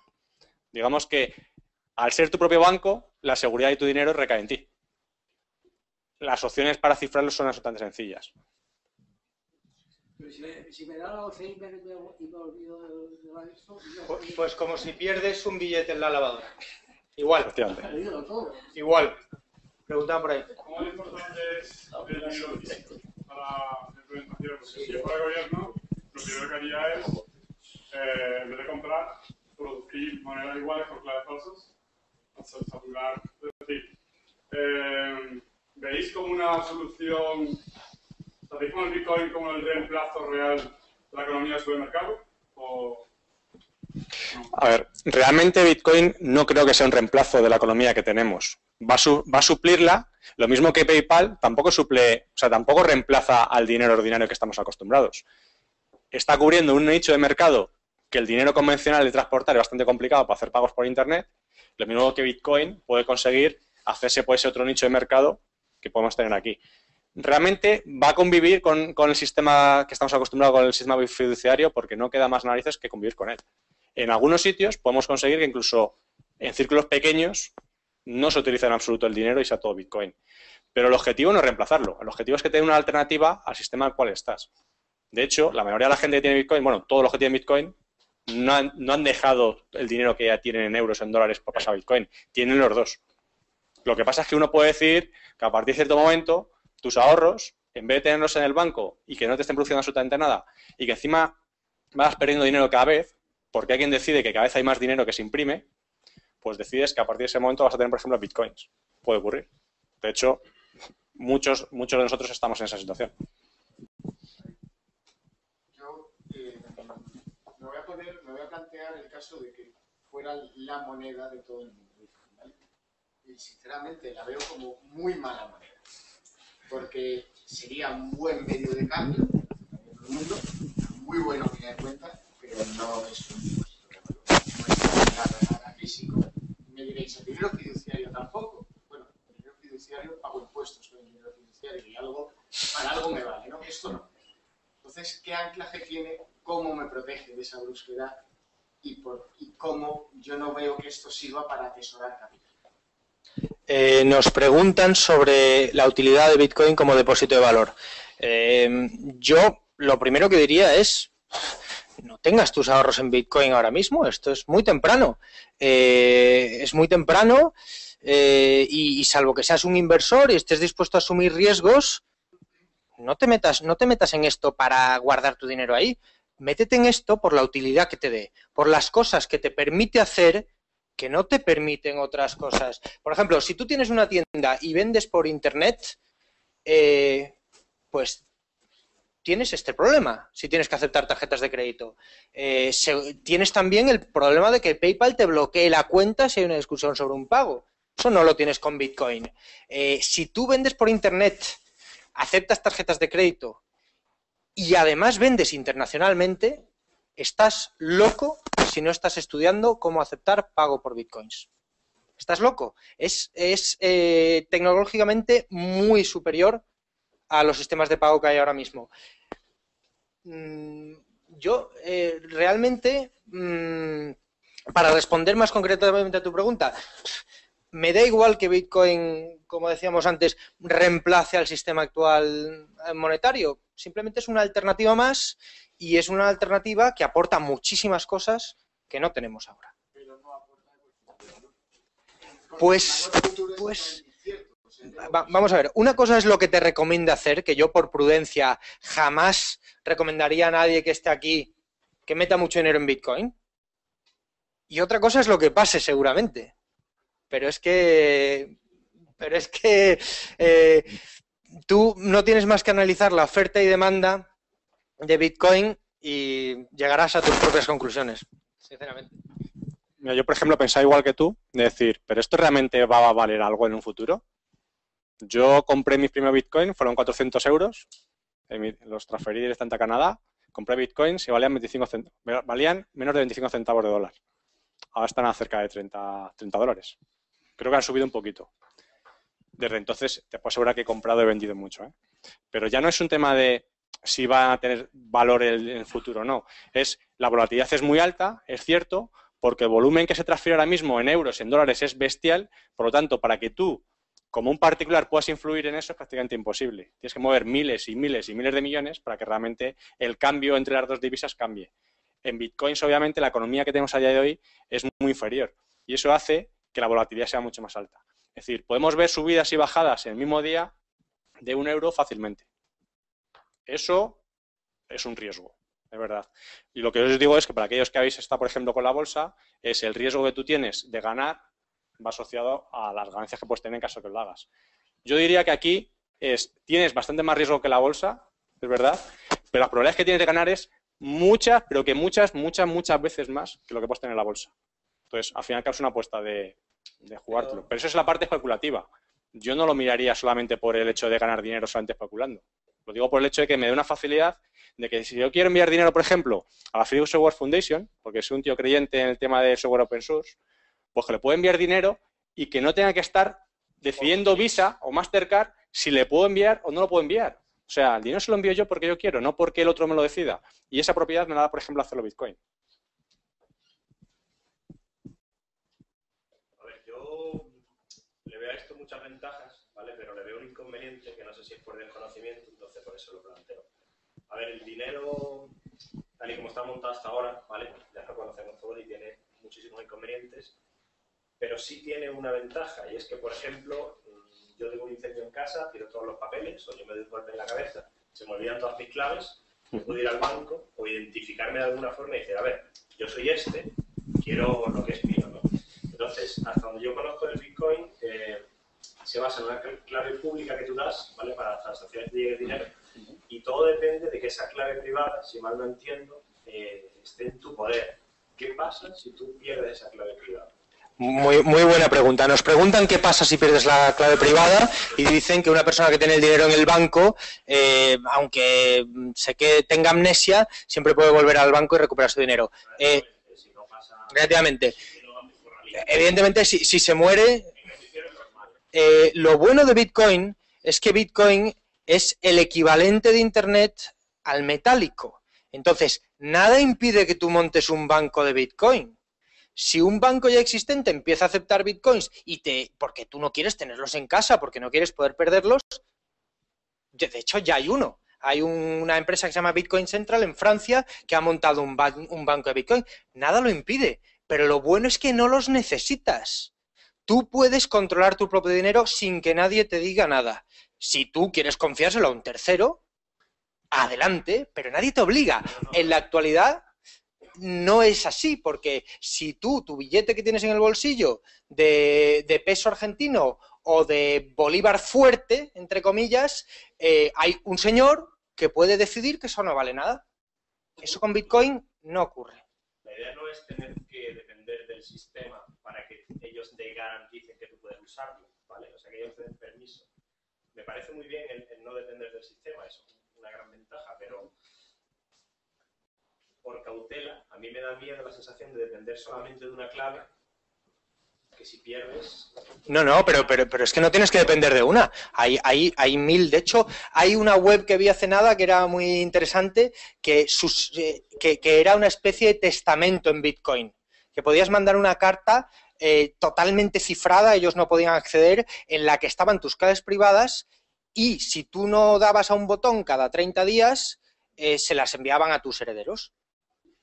Pues ese tipo de cosas son muy fáciles de hacer en Bitcoin. Todos los servicios de depósito, de custodia, todo lo que esté inventado con el metálico para ofrecer servicios adicionales, lo puedes hacer con Bitcoin. No te quita ninguna de esas posibilidades. Simplemente te da más. Te da cosas que no tienes. Ese es el valor que aporta. A ver, que tenemos unas preguntas de internet. A ver, Salvador Membrive pregunta, ¿existe el riesgo de que un gobierno nacionalice y monopolice este tipo de sistemas? Primera pregunta, ¿existe el riesgo de que se nacionalice Bitcoin? Sí, el mismo riesgo de que se nacionalicen los billetes, no, menos riesgo de que se nacionalicen los billetes que llevas en tu cartera. Una cosa es que los nacionalicen y otra cosa es que puedan sacártelos de la cartera sin ir a tu casa por ellos. Pues con Bitcoin existe menos riesgo de que te los quiten un gobierno, un ladrón, cualquier persona. Bueno, vamos a ser más claros todavía. Pueden decir misa, pero la realidad es que no pueden controlarlo. Antes la pregunta, por ejemplo, que tú decías es, tengo miedo de que si yo me doy un golpe, se me olvida esa clave privada, he perdido el acceso a mi dinero, por lo tanto es como si no existiera el dinero, lo acabo de perder. Efectivamente, lo que pasa es que te puedes haber escrito en papel directamente las claves, Se lo puedes haber dado a tu mujer y dices, en caso que me pase algo, es como un testamento, tiras de aquí y lo recuperas. Al fin y al cabo es otra opción. El gobierno... Lo entiendo, pero siempre depende de esa clave. Si esa clave la pierde, no hay forma de identificarte a ti como propietario de ese dinero. Efectivamente. Entonces eso por seguridad, a mí se me parece un fallo. Como todo en la vida, tiene muchísimas ventajas. Algún inconveniente, por él, yo creo que es ese. Pero si es algo que es bueno, evolutivamente la sociedad producirá entes como perder efectivo. Efectivamente. O sea, el tema es, yo tengo dinero, yo tengo dinero ahora mismo en mi cartera, lo tengo aquí conmigo. Si yo por lo que sea perdía este dinero, obviamente lo he perdido. Puedo tener riesgo de que se me pegó un golpe en la cabeza y pierda incluso la conciencia y demás, pues obviamente aquí me puede robar. Efectivamente, lo mismo que te puede pasar con Bitcoin. La diferencia es que yo solamente tengo una billetera y los billetes están aquí tengo mis billetes físicamente, pero yo puedo tener 50 copias distintas de esa clave Bitcoin. Y es como decir, yo ahora llego a casa, me ha robado mi cartera, que va todo cifrada porque ahí tienes directamente los Bitcoins, yo ahora llego a mi casa o llego con mi teléfono y digo, tú te habrás llevado mi cartera de Bitcoins, pero ya voy y saco el dinero directamente desde ahí en cualquier momento, porque tengo 50 copias. Es decir, te da una seguridad adicional. Y si tú al fin y al cabo sigues prefiriendo fiarte de un tercero, pues como decía antes, por ejemplo, Félix, puedes ir a Bitcoin Central y dices, mi nómina automáticamente no la pones aquí, en euros. Es un banco en Francia y te lo ponen a un número de cuenta. Y lo único que dices es, automáticamente te lo están poniendo al cambio que en ese momento haya de Bitcoin. Y tú cifras, o sea, tú tienes tu dinero confiado a un tercero, en este caso un banco. Es lo que ya estamos haciendo. Es decir, tienes la opción ahora de, si quieres seguir confiando en ese sistema, lo sigues haciendo, pero si decides que no confías en ellos, lo puedes tener tú el control. O sea, que es ser tu propio banco. José María, desde Twitter también plantea varias preguntas. Una, ¿puede aumentarse el número de bitcoins a más de 21 millones? ¿Qué medios tiene un perjudicado vía bitcoins para su defensa? Y si se puede operar con algún producto financiero a través de bitcoins en la actualidad. Empiezo por la última. Preguntan si se puede operar con algún... Bueno, ya lo has dicho. Sí, se puede operar con muchos productos financieros. Había más opciones hace un tiempo, pero ahora está ICBit, hay Forex, hay varios mercados en los que se puede operar con Bitcoin de los tradicionales y además hay mercados solo de Bitcoins. Hay varias empresas de Bitcoins que ya facturan cantidades importantes y que cotizan en bolsa solo de Bitcoin. En MPX cotiza Satoshi Dice, cotizan varios más. La pregunta anterior era si se pueden crear más de 21 millones, no sin tu permiso. ¿Y la otra? Si hay mecanismos de defensa frente a si alguien es perjudicado ya. Sí, y los mecanismos de defensa frente a alguien que sale perjudicado en un trato de Bitcoin son los mismos que en un trato de metálico. Si tú tratas con una persona honrada, le compras una televisión y está estropeada y te ofrece una garantía, da igual que le pagues en bitcoins o en euros, que esa persona honrada te va a cubrir la garantía. Si esa persona no es honrada, bueno, pues puedes acudir a terceros, pero es exactamente igual que si haces un trato en metálico. Puedes tener, si quieres seguridad adicional, puedes contratar un servicio de depósito en el que no suelta tu pago hasta que tú recibas la mercancía. Hay todo tipo de servicios adicionales. Pero la analogía es perfecta. Hay una propiedad que tiene Bitcoin, y es bastante interesante, y es que es totalmente irreversible. Es decir, una vez que tú has enviado dinero en Bitcoin, la otra persona puede estar seguro de que tú ya no se lo vas a quitar. Es el momento que yo le doy directamente dinero en efectivo a Félix o a cualquiera de vosotros, en mano, yo no tengo acceso a ese dinero que le acabo de dar. Entonces, él tiene la seguridad de que no va a haber chasebacks, no va a haber cobros, digamos, que te pueden dar marcha atrás, que es una reversión del cobro, que es unos problemas más graves que ahora mismo, por ejemplo, en Internet. Es decir, te han pagado, muy bien, te ha pagado con PayPal, tú te has comprado un producto a través de eBay, pero el producto, por lo que sea, te llega defectuoso, no te llega, etcétera. Ahora tienes que estar reclamándolo. Y la otra persona puede haber dicho, bueno, pues yo pagué X y quiero que me vuelva mi dinero porque el producto no es bueno. Y estamos ante la incertidumbre de, ¿será verdad que el producto no llegó? ¿No lo será? En cualquier caso, tú te has quedado sin tu dinero y ahora vamos a ver qué es lo que sucede. Vamos a algo más concreto. Con las tarjetas de crédito, lo primero que hacen con las tarjetas de crédito robadas es intentar comprar algo en Internet para ver si tienen fondos. Si tú eres el vendedor, una tienda que vende algo por Internet, te están haciendo una faena, porque primero te pagan, mandas el producto y luego llega el dueño de la tarjeta de crédito y te cancela el pago. Y a ti te han fastidiado. Ese es uno de los fraudes más corrientes en Internet, que con Bitcoin te lo quitas. Te lo quitas. Puedes añadir otros seguros, puedes añadir otras cosas. Pero es que además, volvemos a Homer Simpson. Eso con Bitcoin no pasa. No puede haber fraude de identidad. Vamos a ver, ¿qué necesita alguien para robarte en Internet? Pues justo los mismos datos que tú necesitas para pagar. El fraude de identidad en Internet es algo que mueve miles de millones al año y con Bitcoin desaparece. Desaparece, porque tú no tienes que dar datos para pagar. Nadie se queda con tu nombre, con tu dirección, con tu número de tarjeta. En cambio, cada vez que estás pagando con una tarjeta de crédito, estás dando los mismos datos que necesitan para robarte. Pero hay una sensación que decía que si tú has pagado con Bitcoin y te llega una televisión que no funciona, entonces ¿qué haces? Pues si tratas con un vendedor de televisiones honrado, le reclamas y entonces él te manda los bitcoins de vuelta, y si tratas con un vendedor de televisiones que trabaja desde la parte de atrás de una furgoneta, pues seguramente pierdas el dinero, como pasa en la vida real con ese tipo de cosas. Y para eso hay servicios de depósito, de garantía, para eso hay reviews, para eso hay la reputación, como en el mundo normal.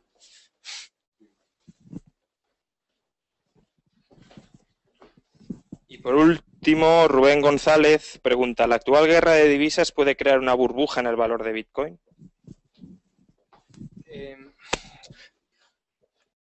Hay tan pocas alternativas a las grandes divisas y están comportándose de una forma tan irresponsable los bancos centrales de Japón, de Estados Unidos, de Europa, de Inglaterra, hasta de Suiza, que seguramente cualquier cosa que sea una alternativa y un refugio a eso puede entrar en una burbuja. ¿Qué se le va a hacer?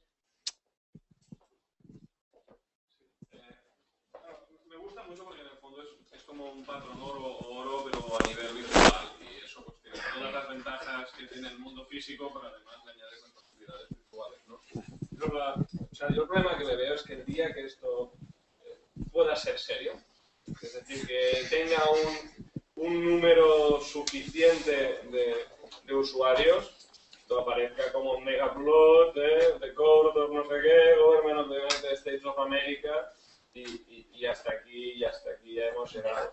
Entonces, esto creo que es la principal amenaza. Y después la pregunta que quería hacer, a lo mejor es un poco más morbosa y tal, ¿no? Pero ¿quién es este japonés o cómo empezó? Porque hay las teorías conspiratorias de criptonarquistas, de si Anonymous estaba por allí. Me gustaría saber si tienen algún tipo de información al respecto. Primero nos preguntan qué pasaría en cuanto esto se convierta en algo popular, que tenga millones de usuarios. Va a pasar como con Mega Upload, que lo cerraron y cerraron todas las páginas web y cualquiera de sus millones de usuarios se encontró con una página bloqueada. Me encanta anunciar, para quien no lo sepa, que el señor Kim.com, en su nuevo proyecto Mega, una de las cosas que está haciendo es aceptar bitcoins. Como es un señor que ha salido muy escaldado de todo ese asunto, creo que es un voto de confianza muy importante en que Bitcoin está pensado para evitar ese tipo de bloqueos y para imposibilitar ese tipo de bloqueos. Y lo segundo que preguntaba era por el tema de Satoshi. De Satoshi. Sí, un temilla más de lo de Mega. Es el hecho que tú pagues además como usuario de Mega Upload, si tú quieres, por ejemplo, en Bitcoins, te da además una cierta privacidad. Porque a ti te van a dar tu servicio, pero no hay un pago registrado en el que aparece una tarjeta de crédito de que tú has pagado a tal Kim.com. Entonces, es un servicio que está muy bien orientado a que tengas una moneda que te permite este tipo de cosas. En cierto aspecto, si ya los gobiernos están así como están con utilizar cash y dinero en efectivo, esto es la excusa perfecta para que salgan todos los socioconservadores y digan, oye, están financiando terrorismo, prostitución, tráfico de blancas, etcétera, etcétera. A día de hoy ya lo dicen, ¿eh? Es lo normal. O sea, no esperaría menos. O sea, si esta moneda realmente es potente, el primer síntoma que va a haber, y de hecho lo estamos viendo, es que van a empezar a interesarse por ella y la van a atacar. Ese es el mejor síntoma. Si hay interés de Estados Unidos, hay un informe del FBI, hay un informe del Banco Central Europeo, etcétera, que están hablando de Bitcoin, habla mal. Fantástico. En el momento que la tengas que mencionar, lo que estás diciendo es que eso realmente empieza a preocuparte. Y que encima funciona. porque si fuera fácilmente atacable, no tendría ninguna dificultad. Si te preocupas precisamente porque no lo es. El tema de Satoshi realmente nos da igual quién sea. O sea, hay tertulias, etcétera, etcétera, que dicen quién es, etcétera. Lo único que se sabe es, el tío habla en inglés, o sea, escribe en inglés británico, pero no parece inglés, parece mucho más escocés, irlandés, etcétera. Pero da igual. Pues es que lo importante es, ha creado un producto que es realmente muy revolucionario, un protocolo que es bestial. Da igual si es una persona, son varias. Él lo que ha utilizado es el anonimato para asegurarse de que evitar que le puedan meter mano en Estados Unidos y en otros sitios. Pero realmente lo que nos ha dejado en herencia es tan valioso, nos da en código libre, que si mañana detienen al tal Satoshi, nos da todo exactamente igual. La herencia ya está ahí, ya no hay forma de pararlo. Esa es la potencia que tengas código open source. Por cierto, antes de la siguiente pregunta, quería mencionar el libro Bitcoin, la moneda del futuro, que sale dentro de poco, y por nuestros amigos de Editorial Innisfree. Y nada, pues que explica muchísimas de estas cosas en más detalle y con gran claridad para quien esté interesado. Está disponible en internet. Yo no soy economista, así que la pregunta igual es un poco básica, pero la diferencia fundamental entre que se me caiga el monedero en un barril de fuego y yo pierda mis billetes y que se me queme la casa y yo pierda mis bitcoins, es que en la moneda, el Banco Central puede seguir imprimiendo, ¿no? Y esa moneda pues como que se vuelve a crear. Pero en el Bitcoin, cuando se pierde, parece que la pierdo yo y la pierde todo el mundo. Entonces, ¿hay alguna forma de recuperar esas monedas o se quedan estancadas en una cuenta fantasma? ¿Y eso hace que haya algún incentivo perverso en la economía del Bitcoin? Dado que se ha definido un límite, y es un límite arbitrario de 21 millones, efectivamente, si tú pierdes el acceso a ese dinero, o bien porque has perdido la clave privada, o por la razón que sea, no tienes acceso para poderlo gastar, es dinero que no se va a poder circular. Bien, lo cual a mí me alegrará como el resto de usuarios de Bitcoin de que haya mucha gente que lo esté perdiendo porque el valor de Bitcoin subirá. Es así de triste, pero si tenemos 40 millones, si somos por ejemplo 45 millones de españoles y tuviéramos en todo el país una riqueza de 45 millones, si por una circunstancia X se perdieran 5 millones, los otros 40 ahora valen más. A diferencia de lo que está pasando ahora, de que como sigues imprimiendo más dinero, cada vez tienes más billetes pero menos valor. Por lo tanto, al fin y al cabo, el que da 21 millones, si tú pierdes una parte, otra gente pierde otra parte, simplemente aumenta el valor para los demás. Si uno de los cuadros del Museo del Prado se quema, si un Picasso se quema, pues es una tragedia. Pero es más tragedia para su dueño que para el resto. Se valoran más. Una pregunta. El hecho de que el 25% de los bitcoins estén en manos de una sola persona, eso supone un riesgo, supongo. Hombre, supone un gran riesgo para esa persona. Dicen que el hecho de que el 25% de los bitcoins estén en manos de una sola persona supone un riesgo. Primero, esa estimación no está clara del todo. Hay varias cuentas de bitcoin que se sabe que tienen muchos, pero no se sabe, y evidentemente hay unos cuantos usuarios que deben tener bastantes bitcoins acumulados desde el principio, pero el riesgo es para ellos. O sea, esas personas tienen un gran incentivo en que Bitcoin sea una moneda que sea útil para todos los usuarios, porque cuanto menos gente la use, peor es para ellos. Entonces, tendrán un incentivo para invertir en la promoción de Bitcoin y en el futuro de Bitcoin. Los organismos que controlan el movimiento, el cambio de monedas, de momento no han intervenido, no han hecho más que observar. De momento, preguntan si los organismos que controlan el cambio de moneda han intervenido en Bitcoin y de momento lo único que tenemos es ese informe del Banco Central Europeo, esas declaraciones del senador Charles Schumer americano, pero de momento no ha habido acción. Es pequeño todavía. Una de las ventajas de Bitcoin es que cuando es pequeño, es un club de 4 informáticos, no merece la pena molestarse para estos señores, y cuando es grande ya es demasiado tarde.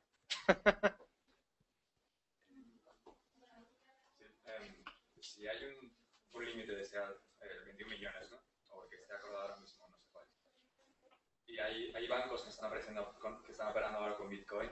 Esos bancos, en principio, no podrían operar con reserva fraccionaria, ¿no? No sería el Instituto Juan de Mariana si no preguntaran por la reserva fraccionaria. Me parece muy bien, porque es uno de los grandes defectos de nuestro actual sistema monetario. Bitcoin ni impide ni facilita la reserva fraccionaria, pero nos da una defensa muy importante contra ella, que un pánico bancario en Bitcoin es instantáneo. Si tú no te fías de un banco al que le has dado tus Bitcoins porque cree que opera con reserva fraccionaria, le puedes sacar los Bitcoins inmediatamente. Y además, una de las cosas que se ha difundido en el mundo de Bitcoin es que un auténtico bitcoinero jamás le va a mandar sus Bitcoins a alguien que no pueda, a una web donde no pueda recuperarlos y controlar él la recuperación. Es decir, un sitio donde tengas que llamar por teléfono, mandar un correo electrónico, pedir permiso para sacar tus Bitcoins, eso no existe, porque la mentalidad de los bitcoineros es: yo quiero controlar mi dinero y por eso uso Bitcoin, entonces, y no quiero tener que fiarme de un banco o de un tercero.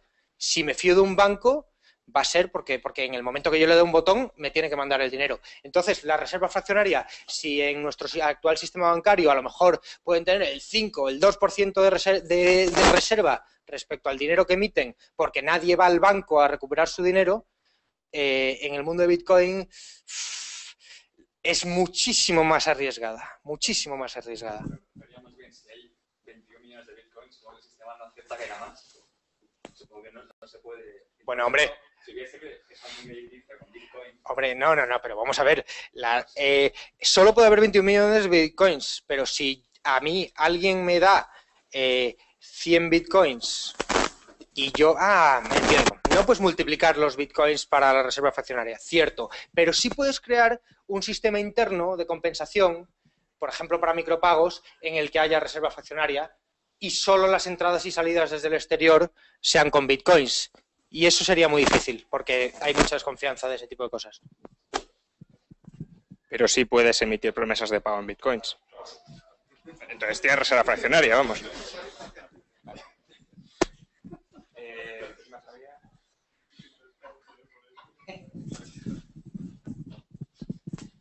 ¿Qué sucede si, por ejemplo, los gobiernos occidentales les da por poner un IVA del 2% adicional que se registra con moneda nacional? ¿No destruiría eso la capacidad de transacción de IVA? Sí, o sea, suponte que por un libro pagas el 20%, entonces si pagas con euros, pues el 20%, si es con Bitcoin, pues bueno, perdona, primero contestar a Rayo. Rayo, sí, puedes emitir promesas de pago con Bitcoin, pero ¿qué sentido tienen si las transmisiones son instantáneas? Sí, pero tienes que ganarte la confianza de la gente, tienes que ofrecerle algo que merezca la pena de verdad. O sea, que es más difícil, no es imposible, pero es más difícil que con los euros. Es justo. Es posible. Es posible. Pero bueno, nos preguntaban por ahí qué ocurre si, por ejemplo, como ha pasado en Argentina con PayPal, ponen un IVA adicional o un impuesto adicional a las transacciones en Bitcoin. Creo recordar que en Amazon ha tenido que cerrar en Argentina porque han puesto un IVA a las transacciones en dólares en Amazon o algo parecido, ¿no? No, bueno, da igual. El caso es que hay muchos países que ponen restricciones al movimiento de moneda. Bueno, a Bitcoin pueden ponerle restricciones, pero la pregunta es ¿cómo las hacen cumplir? Si yo soy un venezolano que tengo Bitcoins y quiero descargarme la última película de quien sea desde una web que puede estar en cualquier parte del mundo y pago con Bitcoins, ¿cómo se entera el señor presidente? Una pregunta un poco más técnica. Sé que el número de Bitcoins al que se tiende es 21 millones, que nunca se va a alcanzar porque se acerca asintóticamente, y que la recompensa va disminuyendo a la mitad cada 120.000 bloques, creo que es. ¿Sabéis si realmente va a haber un momento en el que no se genere nada con cada bloque, o sí que va a ir disminuyendo y hipotéticamente puede ir disminuyendo hasta el infinito, al igual que se puede ir dividiendo hasta el infinito? A ver, ese asintótico en el sentido matemático, es decir, asintótico total. Es decir, siempre es la mitad de la mitad, la mitad de la mitad, la mitad de la mitad, por lo tanto nunca vas a llegar. A efectos prácticos, da igual, porque la mitad de la mitad de la mitad llegas a una cantidad tan pequeña que no te acerques, tus comisiones que vas a cobrar va a ser por otro lado, no va a ser por... un momento en el que con cada bloque no se genere nueva moneda, aunque sea 0,000000. No, se seguirá generando hasta el infinito. Siempre se va a generar. Porque a lo mejor ahora eso no vale nada. O sea, dentro de 20 años, un Satoshi es un... Es que una de las cosas que es bastante importante es pensar que si son 21 millones y lo que se mueve ahora mismo en la economía de Bitcoin es una cantidad dada y es ridícula en comparación con lo que se mueve en economía en dólares o en cualquier otra moneda, es, dado que esos son 21 millones, en un futuro, y si va a ser mucho más difícil de obtener y de minar, lo normal es que suban en su valor y que valga mucho más. Entonces, lo que ahora mismo es despreciable, que a lo mejor son un céntimo de Bitcoin, a lo mejor es que un céntimo de Bitcoin luego vale 100 dólares. Por eso que esto también puede llegar a resolver a lo mejor un poco el problema de los incentivos para los mineros, ¿no? Que la recompensa cada vez va a ser menor, o sea, la generación de nueva moneda va a ser cada vez menor, pero si todo va como esperamos, cada vez va a ser más valioso. Sí, se va a compensar una cosa con la otra, efectivamente. Vale, algunas preguntas más por internet. Nexus Akachus pregunta: ¿creéis que Google Wallet aceptará Bitcoin? ¿Cuánto valdrá un Bitcoin en 2014? Y si influye el poder de minado de la red en el valor del Bitcoin. Bueno, saludos a Nexus, que estará en Galicia seguramente. A ver, efectivamente, realmente hay una correlación que hasta no hace mucho era bastante directo entre lo que era el precio de minar por equipamiento, por consumo de energía, etcétera, y el precio de Bitcoin. Eso hace que un Bitcoin siempre tenga un precio y que no difícilmente va a bajar de ahí si el coste de minarlo es más alto, ¿no? Realmente saber cuál va a ser el precio que va a tener el 2014, yo no me aventuro en absoluto a decir cuál va a ser el precio. De hecho, no sé ni lo que va a hacer mañana. No sé ni lo que va a hacer mañana, ¿vale? Me dedico a análisis técnico y de vez en cuando vas viendo las gráficas de lo que va haciendo y hasta ahora la previsión que se va viendo se va cumpliendo perfectamente. Está subiendo exponencialmente en el largo plazo. Siempre que miramos, y cuando hablamos de largo plazo en Bitcoin, estamos hablando de meses, no estamos hablando ni siquiera de 5 años. O sea, cuando estamos hablando ya de días, un día como hoy, pues puede haber cambiado varias veces a lo largo del día. Entonces, saber cuál es el precio que va a tener el 2014 es muy difícil de saber. No me aventuraría tanto. Lo que sí que es muy probable es decir que va a estar más alto que lo que está ahora. Bastante más probable. En cualquier caso, tenemos el histórico de lo que ha hecho las últimas veces. Los picos que vimos aquí, realmente ha habido muchos eventos que han hecho que esto sea totalmente volátil. Ha habido hackeos en sitios de intercambio, ha habido otro tipo de cosas, pero realmente parece que está empezando a despegar poco a poco y eso va a ser que parece que este año es cuando se está moviendo más. Tenemos aquí a varios analistas value. Yo creo que la mejor forma de valorar Bitcoin es analizar de verdad las tripas para ver si es superior a PayPal, por ejemplo, por usar una operación, una cosa parecida. Y si es superior a PayPal, pues dividir lo que vale PayPal por 21 millones. Es una buena forma de tener una idea de lo que puede valer Bitcoin. Sí, bueno, yo aquí una pregunta, quería romper un par de lanzas a favor de Bitcoin y crear también un poco de coherencia con las que se han dicho. Sobre el depósito de valor, yo creo que el valor siempre debería o debe venir, y según la teoría del valor subjetivo siempre es así, de la utilidad y no al revés. En el caso del dinero, creo que si la teoría del valor subjetivo es correcta, tendría que seguir cumpliéndose. Si Bitcoin es útil, entonces es valiosa, si es útil como medio de intercambio, etc. Y luego también han dicho que es virtual en el sentido de que no está atado a algo físico, como si eso no fuese... eso hiciese que no fuese real. Yo creo que lo real o no real no depende de que sea tangible o no, sino de que efectivamente nosotros le demos un valor. Algo matemático, o sea, la música o la información es algo real y no es tangible, no por no ser tangible es virtual. La Bitcoin entiendo que es criptografía, es información y por tanto es totalmente real, ¿no? Lo único que se transmite electrónicamente. Yo preguntaría como cuánto es de real cuando voy a hacer un ingreso a un banco, yo a si le pago en un billete que, bueno, aquí pone impreso que esto vale 100 euros, pero realmente la persona que está haciendo el ingreso a otra persona, le está haciendo la transferencia, de real no tiene nada detrás. Está poniendo un 1 y 2 ceros, que no le cuesta nada poner 3 ceros más o quitarlos, y es igual de irreal. De hecho, no hay ese dinero detrás. Hay un compromiso, que también es real. Un compromiso de una obligación también es algo real, las obligaciones. Efectivamente. Hombre, yo estoy de acuerdo que evidentemente el valor es subjetivo y si tú eres una persona que no tiene conexión a Internet, para ti Bitcoin va a valer mucho menos.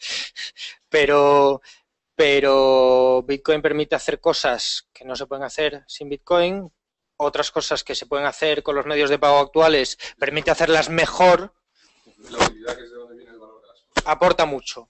Y por lo tanto, hablar de que no tiene nada tangible detrás, pues es como decir que el correo electrónico no tiene nada tangible detrás y que por lo tanto no vale nada. Bueno, o que Google no tiene nada tangible detrás y por tanto no vale nada. Me parece una posición miope. Yo, hombre, no creo que sea ahora mismo un buen lugar para debatir esto, ¿no? Pero el dinero tiene que tener un depósito de valor vinculado a su capacidad de atesoramiento, porque la función del medio de cambio y su utilidad como intercambio de bienes viene precisamente por lo que tú has comentado de la utilidad máquina que me da a mí es que me permite que nosotros lo acepten como medio de pago, pero como atesoramiento algo que es tan volátil y tan incierto a futuro no tiene esa utilidad, con lo cual un depósito de valor que sea constante en el tiempo no me la está dando Bitcoin. Yo a eso me refería con la de depósito de valor. Por la volatilidad. No, por la deflación, dice. No, por la incertidumbre a la hora de desatesorarlo en el momento en que Ahí, la volatilidad yo sí estoy de acuerdo, pero también habría que dar una oportunidad porque es muy nuevo. Entonces, descubrir el precio de algo inicialmente es un proceso que lleva tiempo, ¿no? Y con la volatilidad. A largo plazo, siendo la cantidad total limitada, realmente provocaría el efecto contrario. Es decir, una inflación brutal del precio y entenderlo como depósito de valor, en el que en cualquier caso podría surgir pues, otra moneda, otro tipo de Bitcoin que se utilizara para intercambios y al ser limitado fuera subiendo de precio ad eternum, ¿no? Entiendo que no veo que sea un problema el depósito de valor en el Bitcoin, no sé qué... ¿No está todo bien que tenga una cantidad limitada de su buen depósito de valor? Este bien en concreto sí que lo puede ser. ¿Sale un competidor? Si hay un competidor y te expulsa, ¿qué valor va a tener? Si hay una moneda mejor que esa, te saca del sistema, ¿qué Lo que haces? estoy diciendo es que esta moneda puede ser utilizada como depósito de valor y que salga otra moneda que sea la que sea utilizada como moneda de intercambio. Es decir, yo creo que el depósito de valor del Bitcoin es evidente porque es como el oro en el... Es decir, tiene incluso mejores características que el oro porque sabes que no vas a encontrar más. Es decir, que las personas que tengan Bitcoins cuando se esté alcanzando un punto en el que queden menos Bitcoins por salir, no van a querer vender, a no ser que sea un precio elevadísimo, por lo que creo que va a ser un gran depósito de valor. Eso es un problema. Paco. Sí. ¿Seguimos en internet o no? Sí, ¿verdad?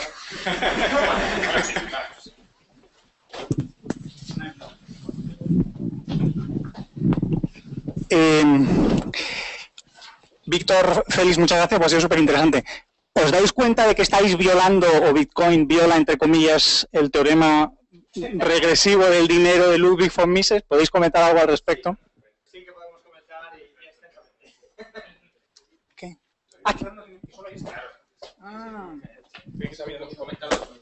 Vale. Venga, pues más cosas.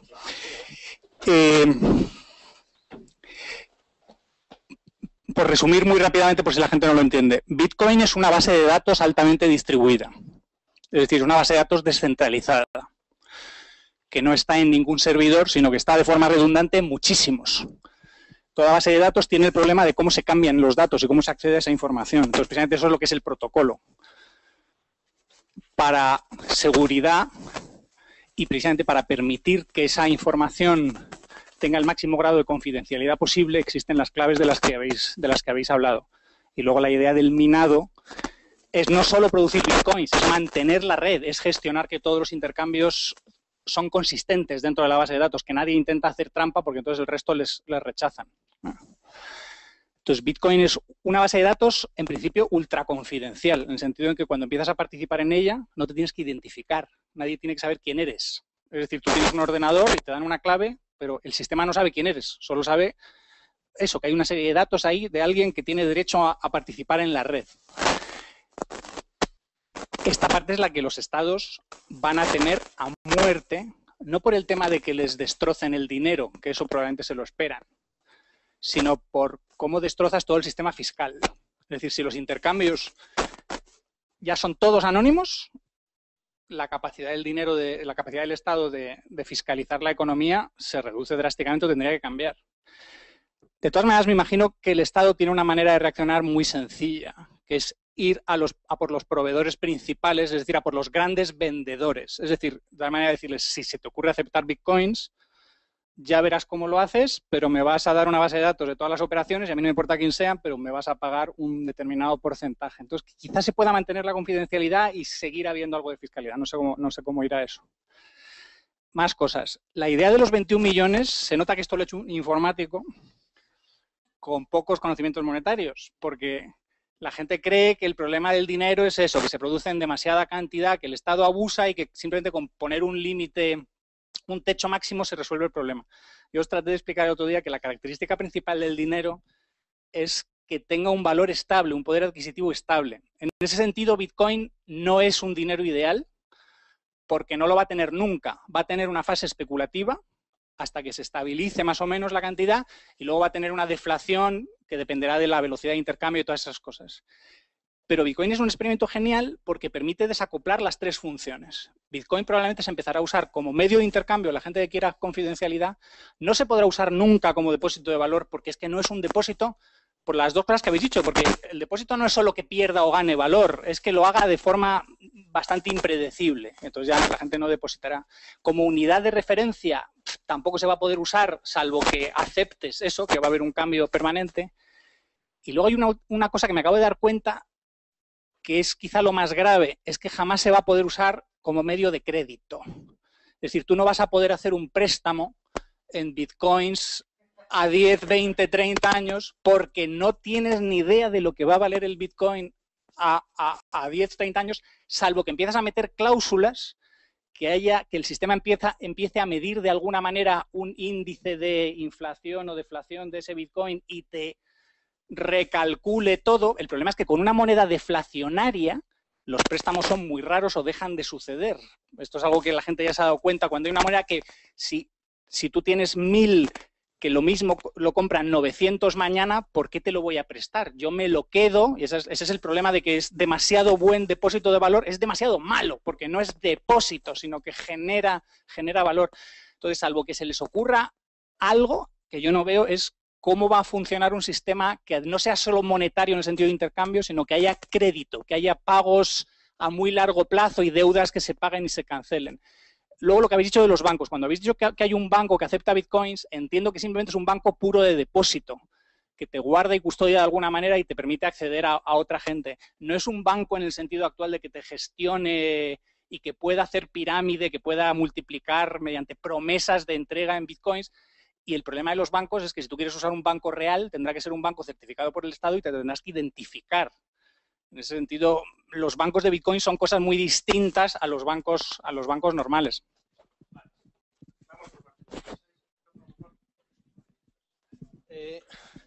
Vamos por partes. Empiezo por el final.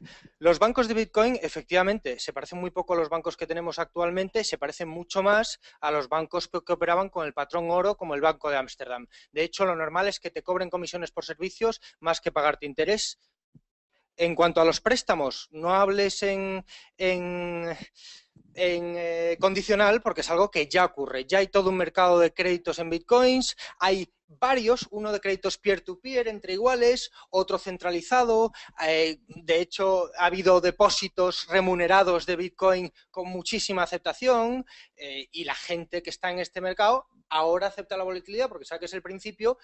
Quizás la acepte menos cuando esto esté más maduro y haya 20 millones de usuarios. En cuanto al dinero ideal, bueno, eso vamos a dejarlo para el final. Vamos a empezar por el teorema de regresión de Mises. El teorema de regresión de Mises genera grandísimo debate entre los usuarios de Bitcoin, para empezar porque es que hasta el paper del Banco Central Europeo admite que Bitcoin está muy inspirado en los principios austriacos y menciona a Mises explícitamente. El argumento ahora mismo se divide en dos grandes campos. Los que dicen que sí cumple el teorema de regresión porque tiene un valor como materia prima o como tiene un valor original, y luego están los que dicen no no cumple el teorema de regresión, de hecho demuestra que es un teorema erróneo. Yo no me acabo de mojar en ese debate, pero puedes encontrar páginas y páginas de argumentos en ambos campos. En cuanto al tema de la fiscalidad, pues volvemos a la analogía, porque no tenemos otra cosa. Bitcoin en este caso es como cuando había monedas de plata y monedas de oro. La fiscalidad se hacía de otra forma, porque tú no podías, o como con el efectivo. Tú puedes subir el IVA al 30% y en España ya veremos qué ocurre si te lo pagan o no te lo pagan. Pues con Bitcoin pasa exactamente lo mismo. Bitcoin es neutro, tiene todo el potencial de utilizarse de forma 100% legal, pagando todos tus impuestos, registrándolo todo, identificándote en todo momento, y tiene el potencial de utilizarse como el metálico sin dar ningún dato y de forma totalmente anónima. Es neutro en ese aspecto, pero te da opciones que no tienes ahora mismo. Y en cuanto al depósito de valor, este gráfico que estamos mostrando, Bitcoin está empezando, efectivamente estamos en una etapa inflacionaria, estamos en una etapa de innovación, de experimento. Veremos si llega a la madurez. Yo vuelvo a decir, no recomiendo a nadie que esté aquí que meta sus ahorros en Bitcoin. Pero sí recomiendo a todos los que estáis aquí que os informéis, que lo estudiéis por vuestra cuenta y que veáis si merece la pena hacer algo. Un problema que yo siempre le achaco mucho a los austríacos es que, o a algunos austríacos, es que les gusta mucho hablar, discutir y teorizar, pero a la hora de hacer cosas y de actuar y de probar alternativas, ya sea monedas de oro, ya sea bancos de reserva 100%, ya sea alternativas a las cosas, a los grandes vicios que se critican del sistema actual, pues siempre se quedan un poco cortos. Pues aquí hay un gran experimento que no os podéis perder.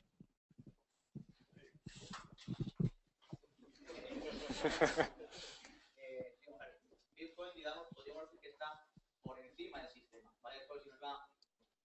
¿Alguien más? Porque vamos a cerrar ya. Vale, pues última pregunta. Por encima, digamos, del sistema monetario, ¿vale? Me voy a jugar el país. Y lo que tiene, que yo veo como es bueno y malo, yo lo veo bueno, es que no es ni blanco ni negro, es opaco. Te vale para mercados de energía y te vale para mercados normales. Esa convergencia, digamos, justo es lo bueno, o sea, yo lo veo como bueno porque ahí no ni te pueden grabar impuestos ni subirte por otro lado, ni digamos hay un movimiento para blanqueo de A a B, o sea, de negro a blanco, con lo cual quiere decir que ese dinero está en el mismo sitio en común, teniendo en cuenta todo lo que puede el mercado negro, es así, siempre va a haber dinero, o sea, siempre va a ser una cosa válida, porque en la parte del mercado negro que va a necesitar usar eso, lo va a usar también el blanco, ¿no? O sea, digamos que no habría forma de subir, como por ejemplo, un 2% más, ni de limitarlo, porque aunque se podía limitar el blanco, en el mercado negro no se podría, y es el mismo. Bueno, es un poco complejo, pero yo creo que... A ver, el tema es, mientras que la moneda que tenemos es una moneda de Internet y solamente se mueve en Internet, es decir, tú compras, vendes, etcétera, la mueves en Bitcoins, no tienes los temas de gravamen que tenemos ahora actualmente. El tema está que en el momento de toques tierra, es decir, en el momento de tú cambias entre Bitcoin y euros y al revés, obviamente, en esos sitios, obviamente ahí tienes que tener en cuenta el tema de el IVA, etcétera, etcétera. Es decir, si ahora mismo tú estás teniendo más ingresos y los estás poniendo directamente en Bitcoins, las autoridades monetarias no tienen forma de saber que tú lo tienes en Bitcoin. Y si estás ganando más, deberás de declarar más y pagar más por ellos. Mientras que tengas en Bitcoin no tienen forma de saberlo.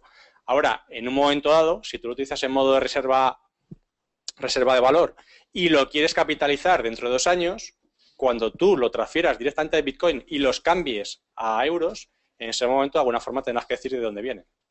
Y si aumenta su valor en su momento, obviamente te harán pagar impuestos por ello. Mientras que te muevas dentro de Bitcoin y no toques el resto, es decir, no toques el suelo, no vas a tener problemas. El tema está en el momento que tú cambies con moneda fiduciaria. En el momento que tú toques moneda fiduciaria, pues estás cogido.